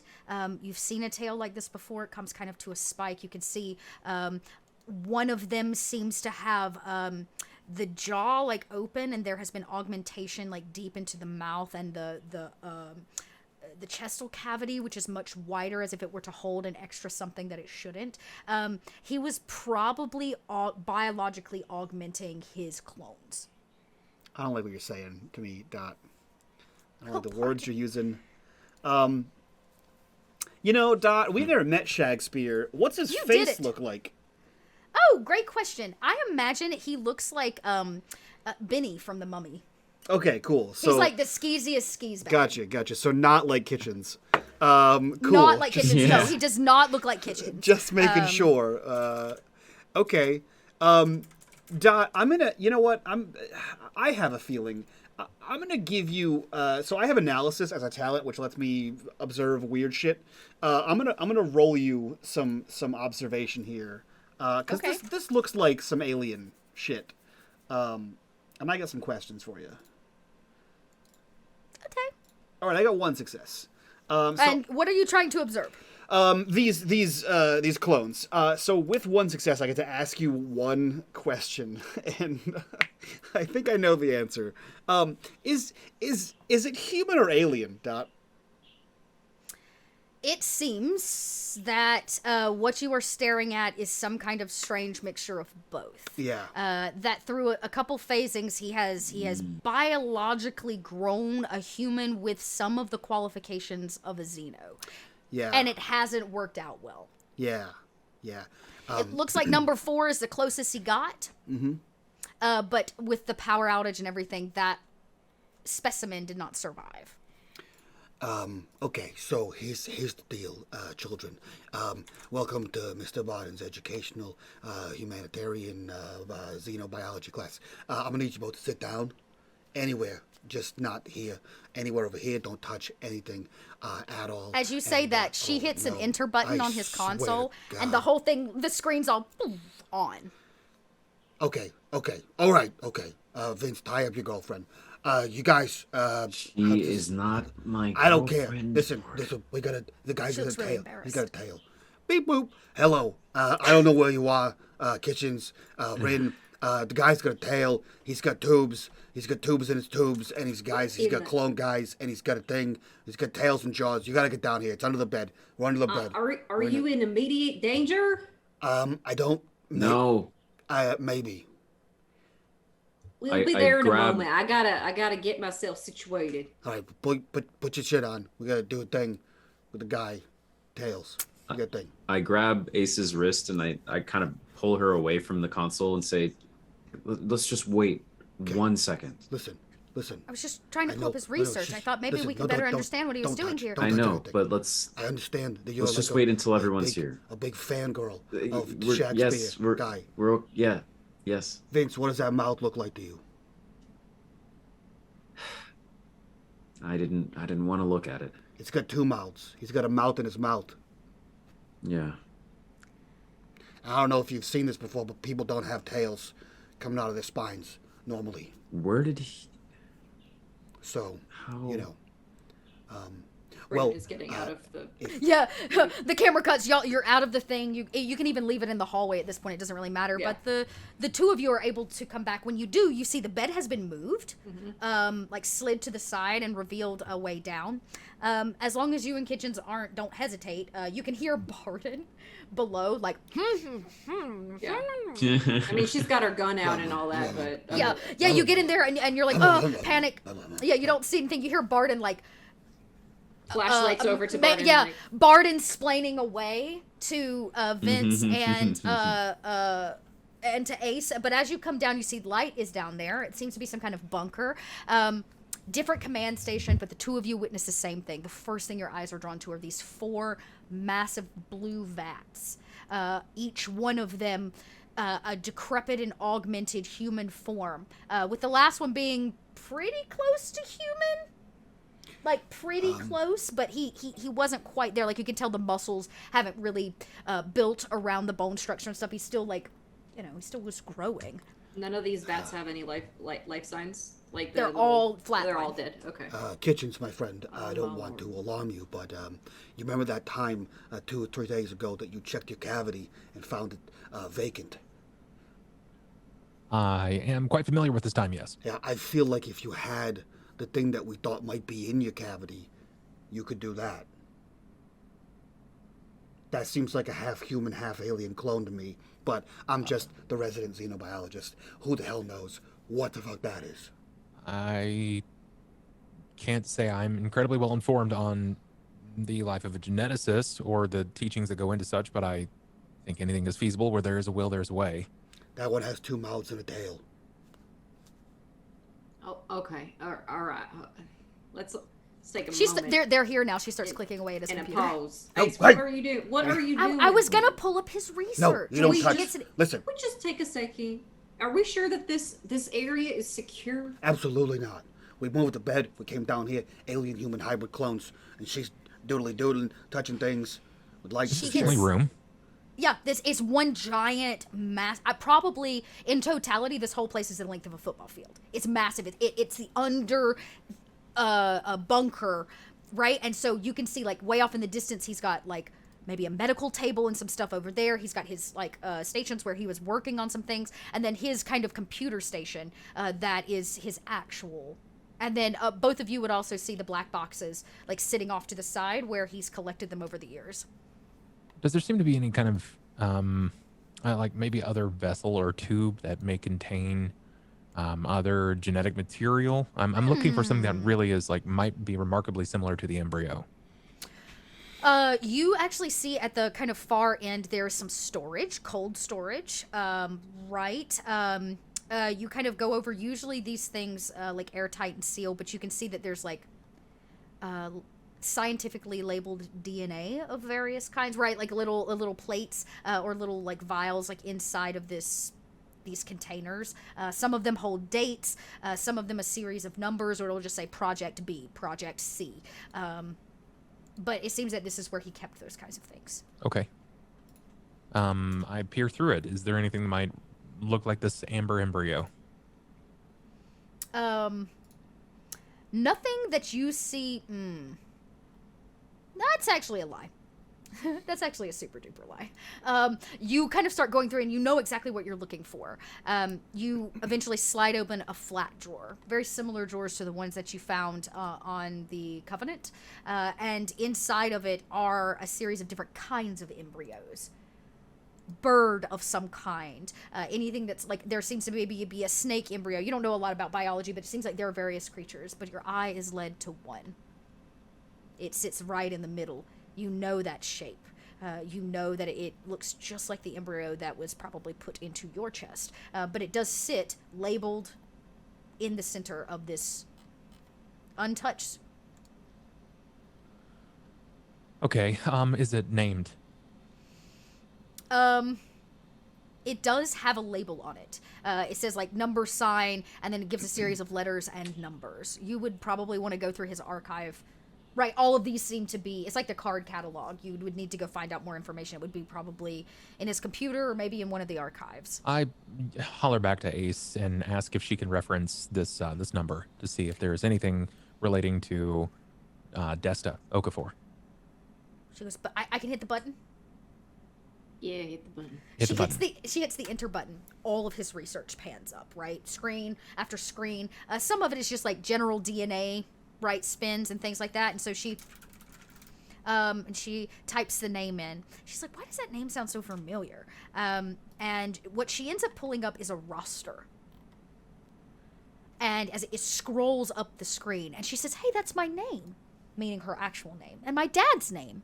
And you see that it's maybe a roster of all of the lore rebels over the years, the information rebels, Lore rebels. that have gathered under him. And eventually the like panning up stops, and a yellow bar highlights the name Desta. And she hits enter on it, and it pulls up a file.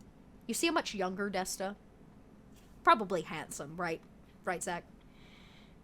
Oh, of course. Yeah. No Yeah. other way. Yeah, he's seen a hell of a lot. It's a little bit of an older photo, but it's like his file. And you can see there are some projects that were given to Desta over the years, specific things. But his file ends as if maybe he didn't do this work anymore, or something was cut short. You're not entirely sure. But she says, this is the last file in the group. And she kind of scrolls down and opens it up. And it does seem to be a receipt of some kind, an exchange. Desta brought your embryo here. That's exactly what I thought. Yeah, Desta brought your, but it also gives a location on his file, like an address, a place that you probably Kitchens didn't even know existed, that you can bank for a rainy day if you'd like. Yes. I'll file that under D for Desta. Yeah, D for Desta. And she keeps clicking and keeps going through and kind of looks over the research, and she says, I don't know what to make of all of this. This is kind of strange. I was made to understand that Shakespeare was just an information broker. What do you think he is now? I don't know. Okay. Some Are sort all of these mad black scientist? boxes connected to his servers? They're or- like sitting off to the side. You can connect to them. There's like a single port, and you would have to Okay. do like one box at a time. But they are black boxes, so if you wanted to run yours, you could. These were other black boxes that were gathered. Yeah, he seems to have collected them. There's like 6 or 7 of them off to the side that he, at some way, shape, or form, he has gotten his grubby hands on. Can we find out what the origin of these ones are? Just what the deal like. I don't need all the information on them right now. Just where they came from. I guess she like plugs it in and like turns it and snaps it Shakespeare and types, like runs it. He seems like the kind of guy that like has just masking tape and like a Sharpie Yes. that he writes on it. Yes, that he writes. Yep. Everything is just yes, exactly. That's exactly what this is. There's no, or like a really shitty label maker where he like Yeah. misses vowels. Like that's this situation, and you can actually see that the labeling on the embryo is attached to Desta's file. But she plugs this black box in, and it pings on, and it starts kind of scrolling through. And she says, "Well, it says here this one's from this vessel." You know, and it kind of gives a Wayland Yutani ship. She says it looks to be a transport vessel, but I don't know why he would have something like this. It's just the manifest, really. Wait. Kitchens. Do you remember when we were looking up all the information on the Covenant there, and we had the timeline, the vague timeline that you and I put together between the shit we pulled from her ship, the shit we pulled from the Covenant? Can we cross-reference these ship names with these black boxes and see if they link up with incidents from Weyland-Yutani in any way? It's definitely plausible. I think we would have to collect these. However, it sort of goes against Shakespeare's design of keeping information split between multiple parties. But I think it's in our best interest if we are going to herald a campaign against Weyland-Yutani and potentially discover exactly what's happened here outside of Shakespeare's Frankenstein experiments. At least I need to see what's happened. I feel like if we had all the information and ran some kind of, whatchamacallit, number stuff and saying these things match or, am I making any sense? You are for sure. Okay. Kinda. Would So you then like we me to can then- cross-reference the data?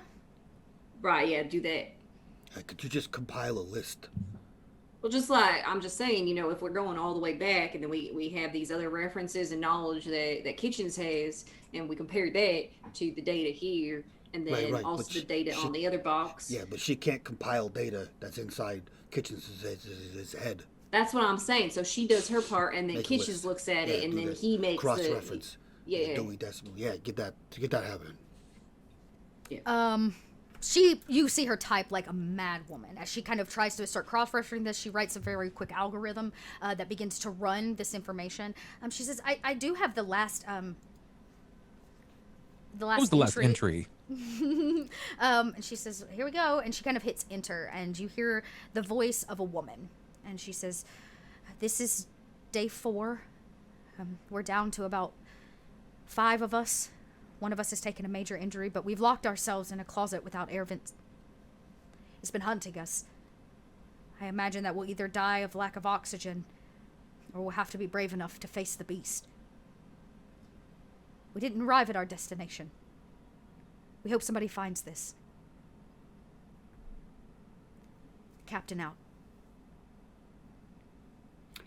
There's like I'm a sorry. little bit This of was the last message on the black box we just hooked up. Okay, that's fine. I thought it was this ship, and I was like, oh shit.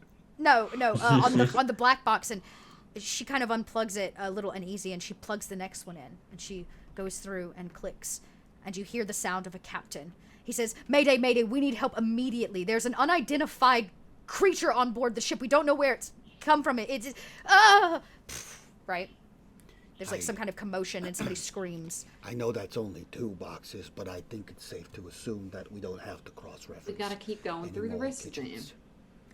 One after another is a final log in some way, shape, or form from a captain, or the remainder of a ship. Sometimes it's a transport, sometimes it's a small puddle jumper, occasionally it's one of them is a marine vessel, and each one is a little bit of the same. Well, that's not good.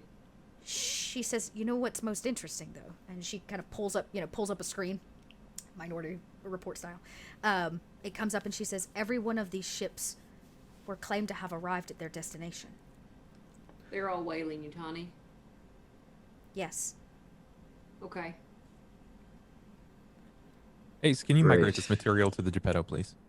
I was about to of say course. the same thing. She kind of takes all the data and kind of puts it over onto a hard drive or some kind of data stick or disk that can be like moved. And she says, would you like to run the Covenant? Might as well. Maybe there's still a bag or a backpack that you all brought along. Or maybe she has to run all the way back to the puddle jumper where you left it.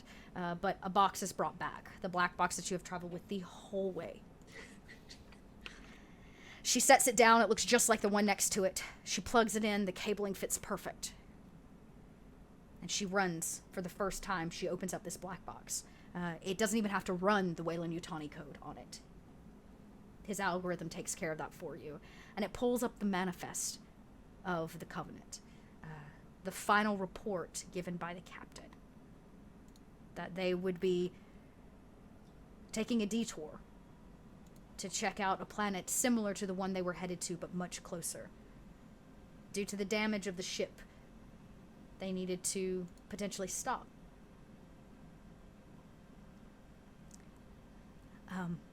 And she says, it's strange.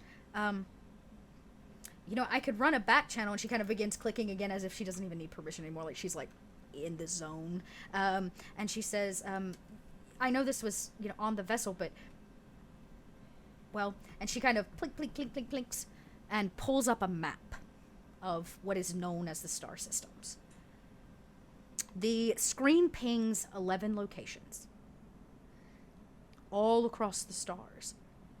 And she says, if there's anything left of that vessel, these are those pieces. Well, you read my mind. I think that's Wow. really not. You know not what? good for us. Dear, could you do me a favor while you're whizzing around in there? Could you, all of these other black boxes here that we have collected, could you ping on that map their starting location and their arrival location, please? I can't, I guess. And she kind of pings where they were supposed to arrive. So basically she just takes the ship manifest. It's like, was going to this location, so the final address. What the black box allows her to do is actually ping where the ship ended up. Is there a Okay. date that correlates to each of those stops, Ace? Not that I can tell. It seems that each one of these has been missing for different amounts of time, sometimes years. This one's been missing a decade. That one, 30 years. But it seems that Shakespeare has hunted them down.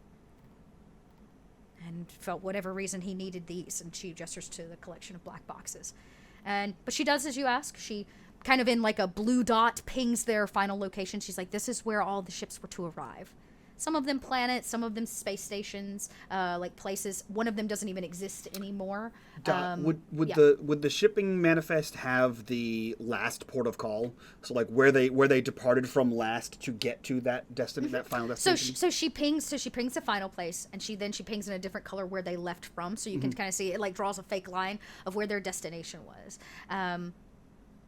None of them come from the same place, so you don't have to worry about that. But each one of these vessels made a secondary stop at another place. Most of them a space station for refueling. Weyland-Yutani space station. Is there any Much of these like the one you just left, with the David model on it. are any of these locations within a short relative in space distance from one of the 11 dots of the Covenant? That's a great question. Within short distance. So one of the places where they should have landed. Yeah, either the last port of call, their fuel stop, their final port of call kind of thing. Are any of those around? Yeah, these 11 I would say dots? there would be a couple that you could get to quick-ish. In your freighter, it would still take you a few days, but you could travel without having to go into any cryo sleep or in any kind of extended stasis. So basically what you get are the trajectories. You get the stations at which they stop to refuel or to do their thing, various Weyland-Yutani space stations. And she says, but this is what's really interesting, and she hits the enter button. And in bright red, it pings the locations alongside the other 11 locations of each of these vessels and where they were. Shakespeare has already tracked them, right? He went there or sent other people there to recover a black box for whatever reason. But these are the ones that came back.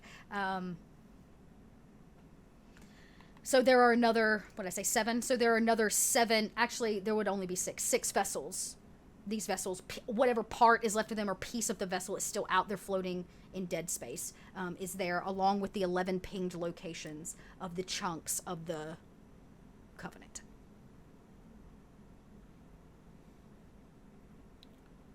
Well, I think that you said kitchens. There were how many potential David models? A lot more than these pinged locations. Well, I think that eliminates that many. We found yours, so we have what is that, 20 some odd left. Yes. It would be marked in the box. However, if there were additional locations, but I know that we can resource back to the vessel, and we should be able to locate those if I recall correctly. Out of game, you did say that we can source those back based off of the black box. Yeah, basically you can source back what their trajectory to the trip, basically what was the travelocity, right, from point A to point B, where they stopped in between, and then you can actually see, thanks to whatever algorithm she's running, where those vessels actually stopped, even though the manifest says they made it.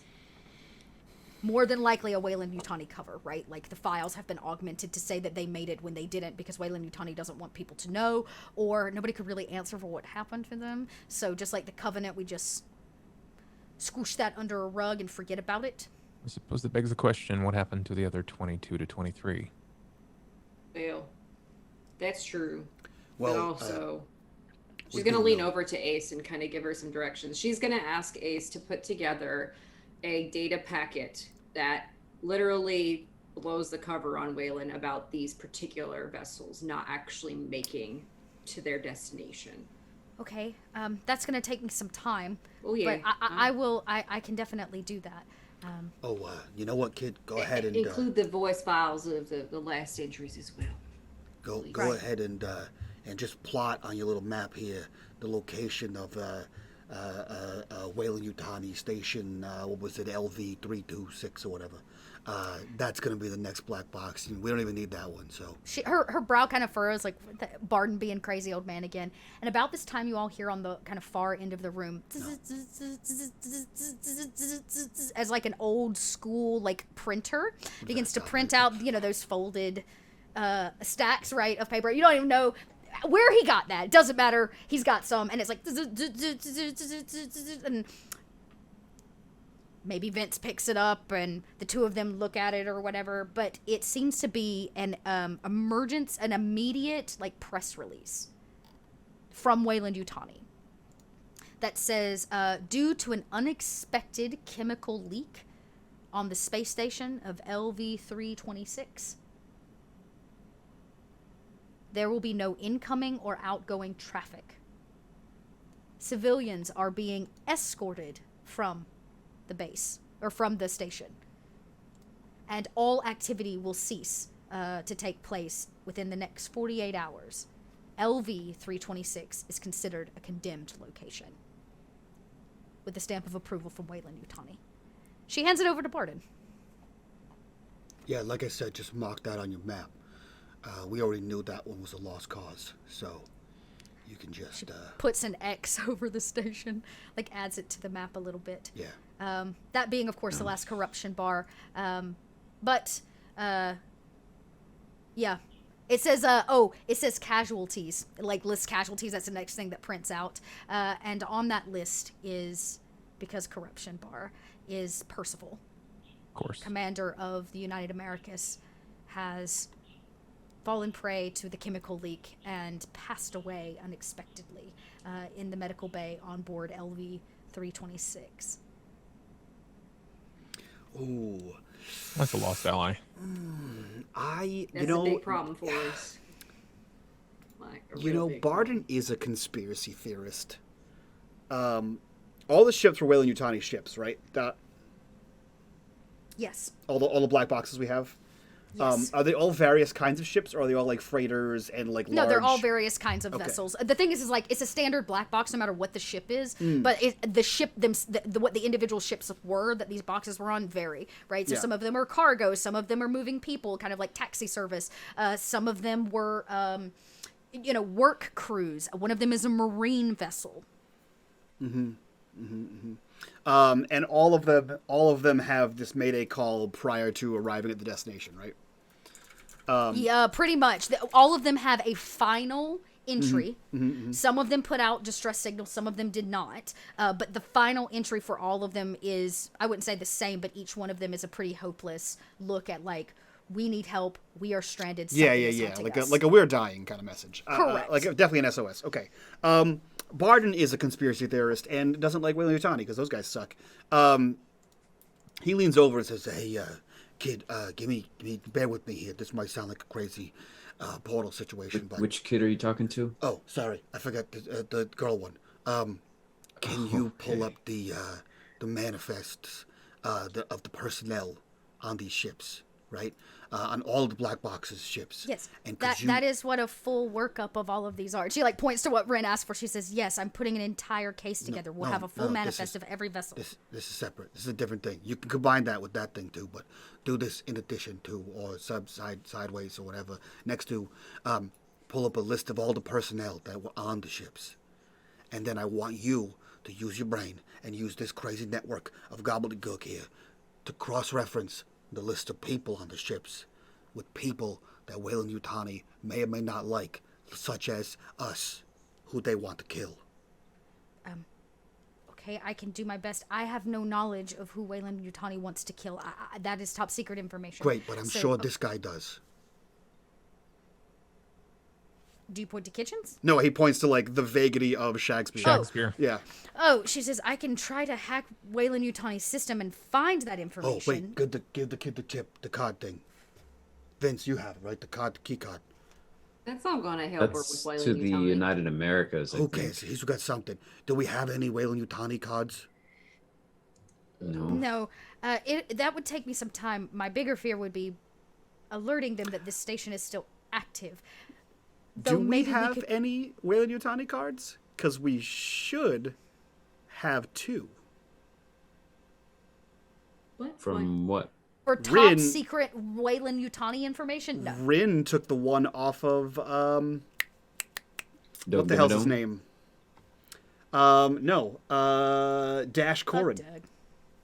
Oh, yeah. Yeah, 7 years, 7 years ago. ago. Who knows? He's dead. Listen, she's a pack rat. Who the hell knows what she keeps Hey. on her? Not in her pocket, but definitely on the freighter. Yeah, maybe on All the the memorabilia. of the okay, so travels in the basically 70s. here's what goes down. Y'all have access to this place. It Yeah. is safe and secure. She tells you if she runs this information and tries to do the cross-referencing burden once, it may alert Yeah. them to that this place is active again. Yeah. She I says don't think it we should. would be a lot smarter for us to do it on the go the way Shakespeare always wanted. This is going to take many days to piece all of this information together and put a case together as you asked for. But I promise I'll do it. Ace, I admire how you feel about Shakespeare in his position. And I think that you are probably the right individual to take up the mantle of his cause.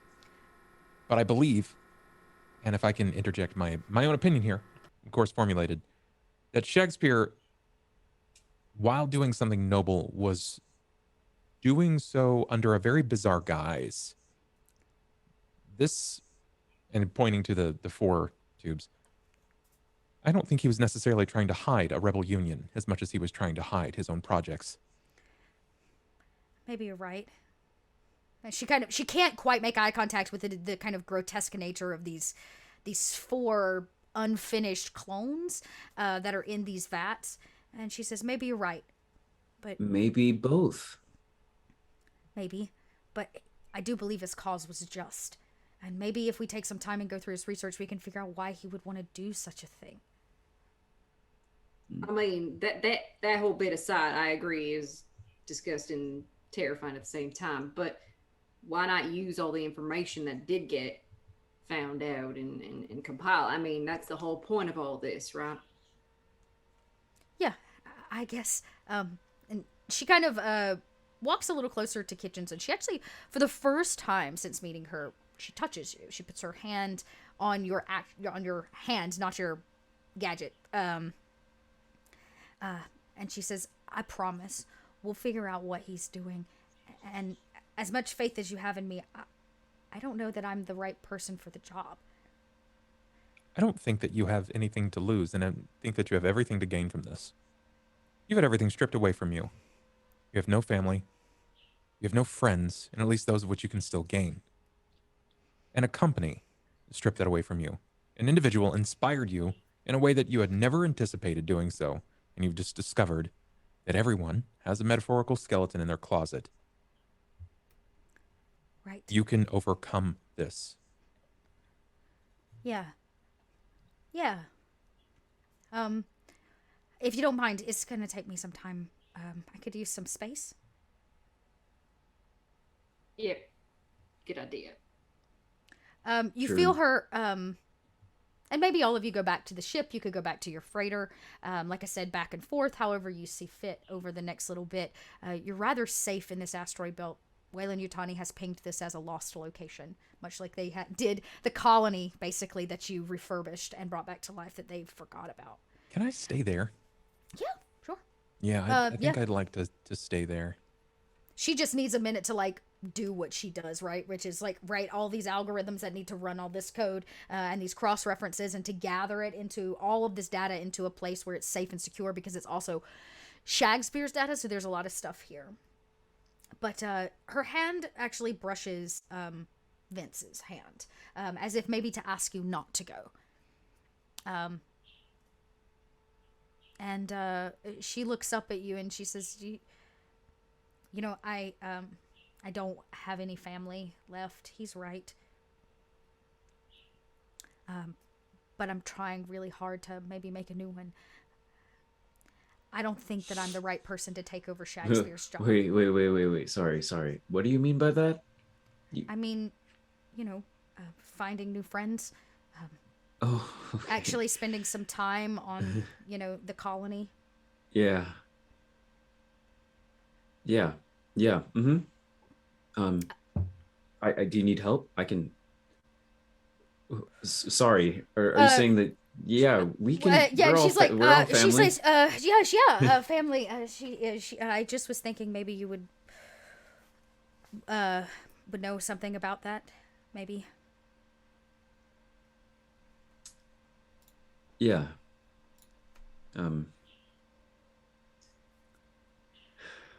Yeah. My And family's kind of changed too. she says, well, whatever's going on here, I do plan to figure it out.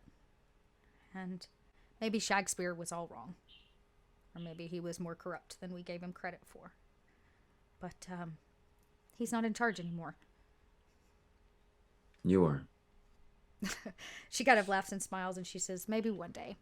And she reaches up on her tiptoes and she plants a kiss on your cheek. A very light one, and then she turns around and goes back to clicking and clacking away at the keys as she runs the data of all of this information, of 11 lost pieces of the Covenant, of the space stations where these people left and never returned from, the locations that they didn't make home, maybe some Weyland-Yutani marked lists of people that are definitely due to be killed. But as it pans away and she kisses you on the cheek, you can see written above his panel in big, bold black letters, as if he painted it with the last of the oil he had on the ship. It says, I do love nothing in the world so well as you. Is that not strange?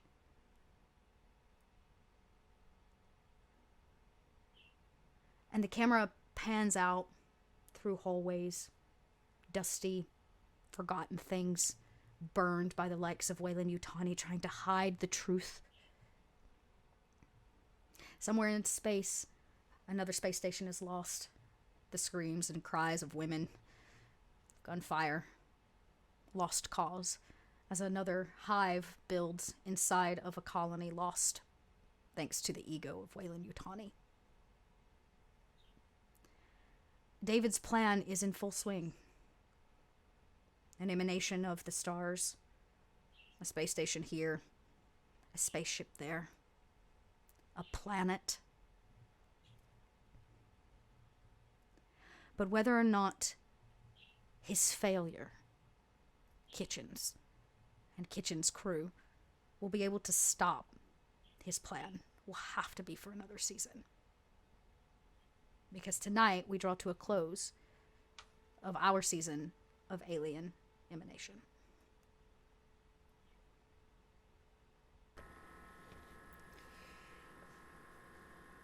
Fuck yeah. Still alive. You still made it. Still alive. Tried I got so more hard, Chad. Bill can't retire. You Oh tried my so hard. god. I guess you'll have to try next season, chat. 6 Suckers. corruption bars. Boom. Man, we had like 10 corruption bars, and what was the highest we had? We had like 8 corruption bars in one episode last season, and then now this is that was nuts. Well, there you go. Season 3. So that's happening. Fucking really? He's with hybrid. Fucking Dot. God damn it, man. What better way to make a weapon to fight the alien? I get it. I'm there with you. Same mind. Yeah. Or at least to fight back against Weyland Yutani if you have fucking metal bones and shit. Wolverine ass fucking tube man. Wow. Wow. Indeed. Okay. Cool. That's a lot to decompress.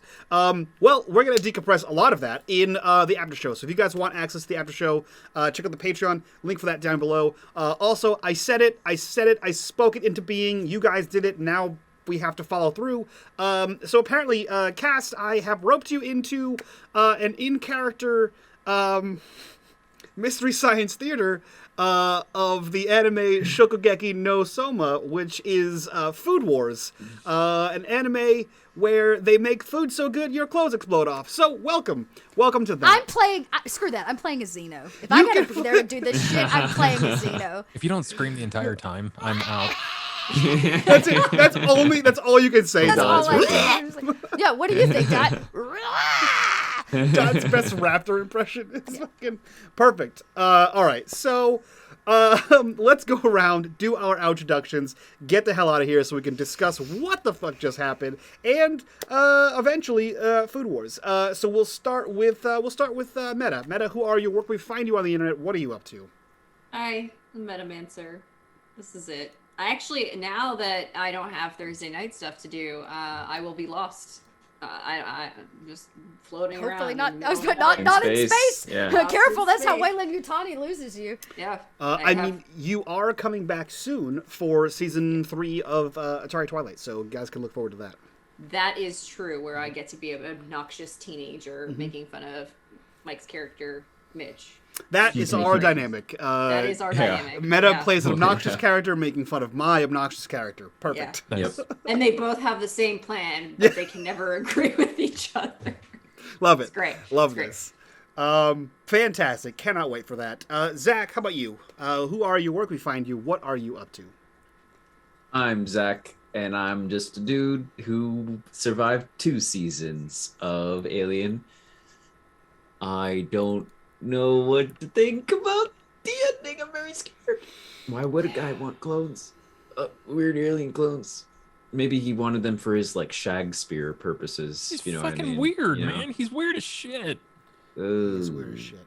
I mean, But yeah. I told y'all that. I was like, he's a funky dude who's been trapped didn't think in a that space funky. station. Yeah, but we thought you were like, he's a funky dude. No. He's a funky dude. Like, anyway, I really enjoyed the season and hanging out with all y'all. And you can find me mostly at this point on the Arvin Eleron channel for our sci-fi show Esper Genesis, which is also gearing to maybe not an end, but like a climactic point.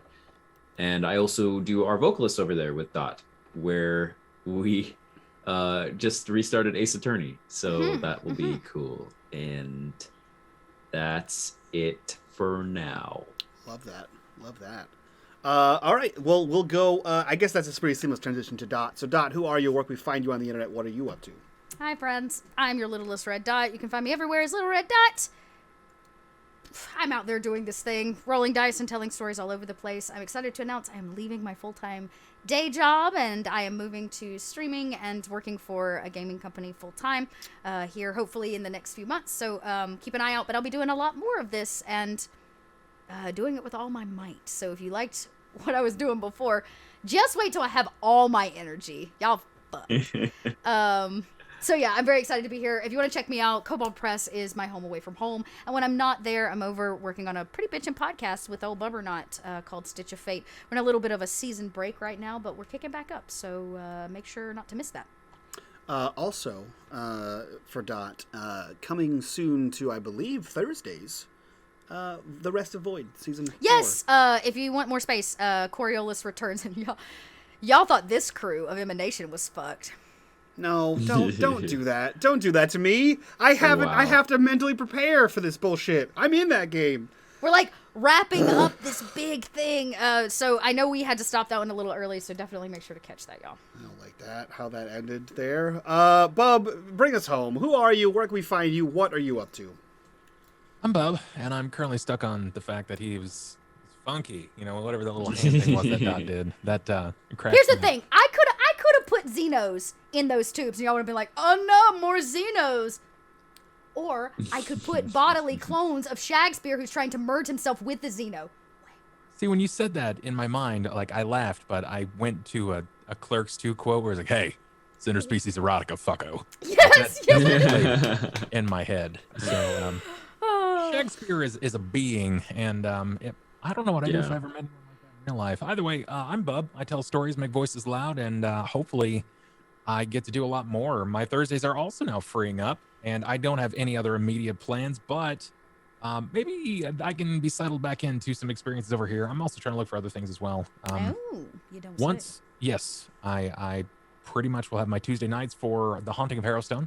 And I think I've got about probably a max of 8 sessions left of that, and then that will be done. We'll take a break for the end of the year, like, because the fucking end of the year ruins every tabletop game ever, period. Thanks.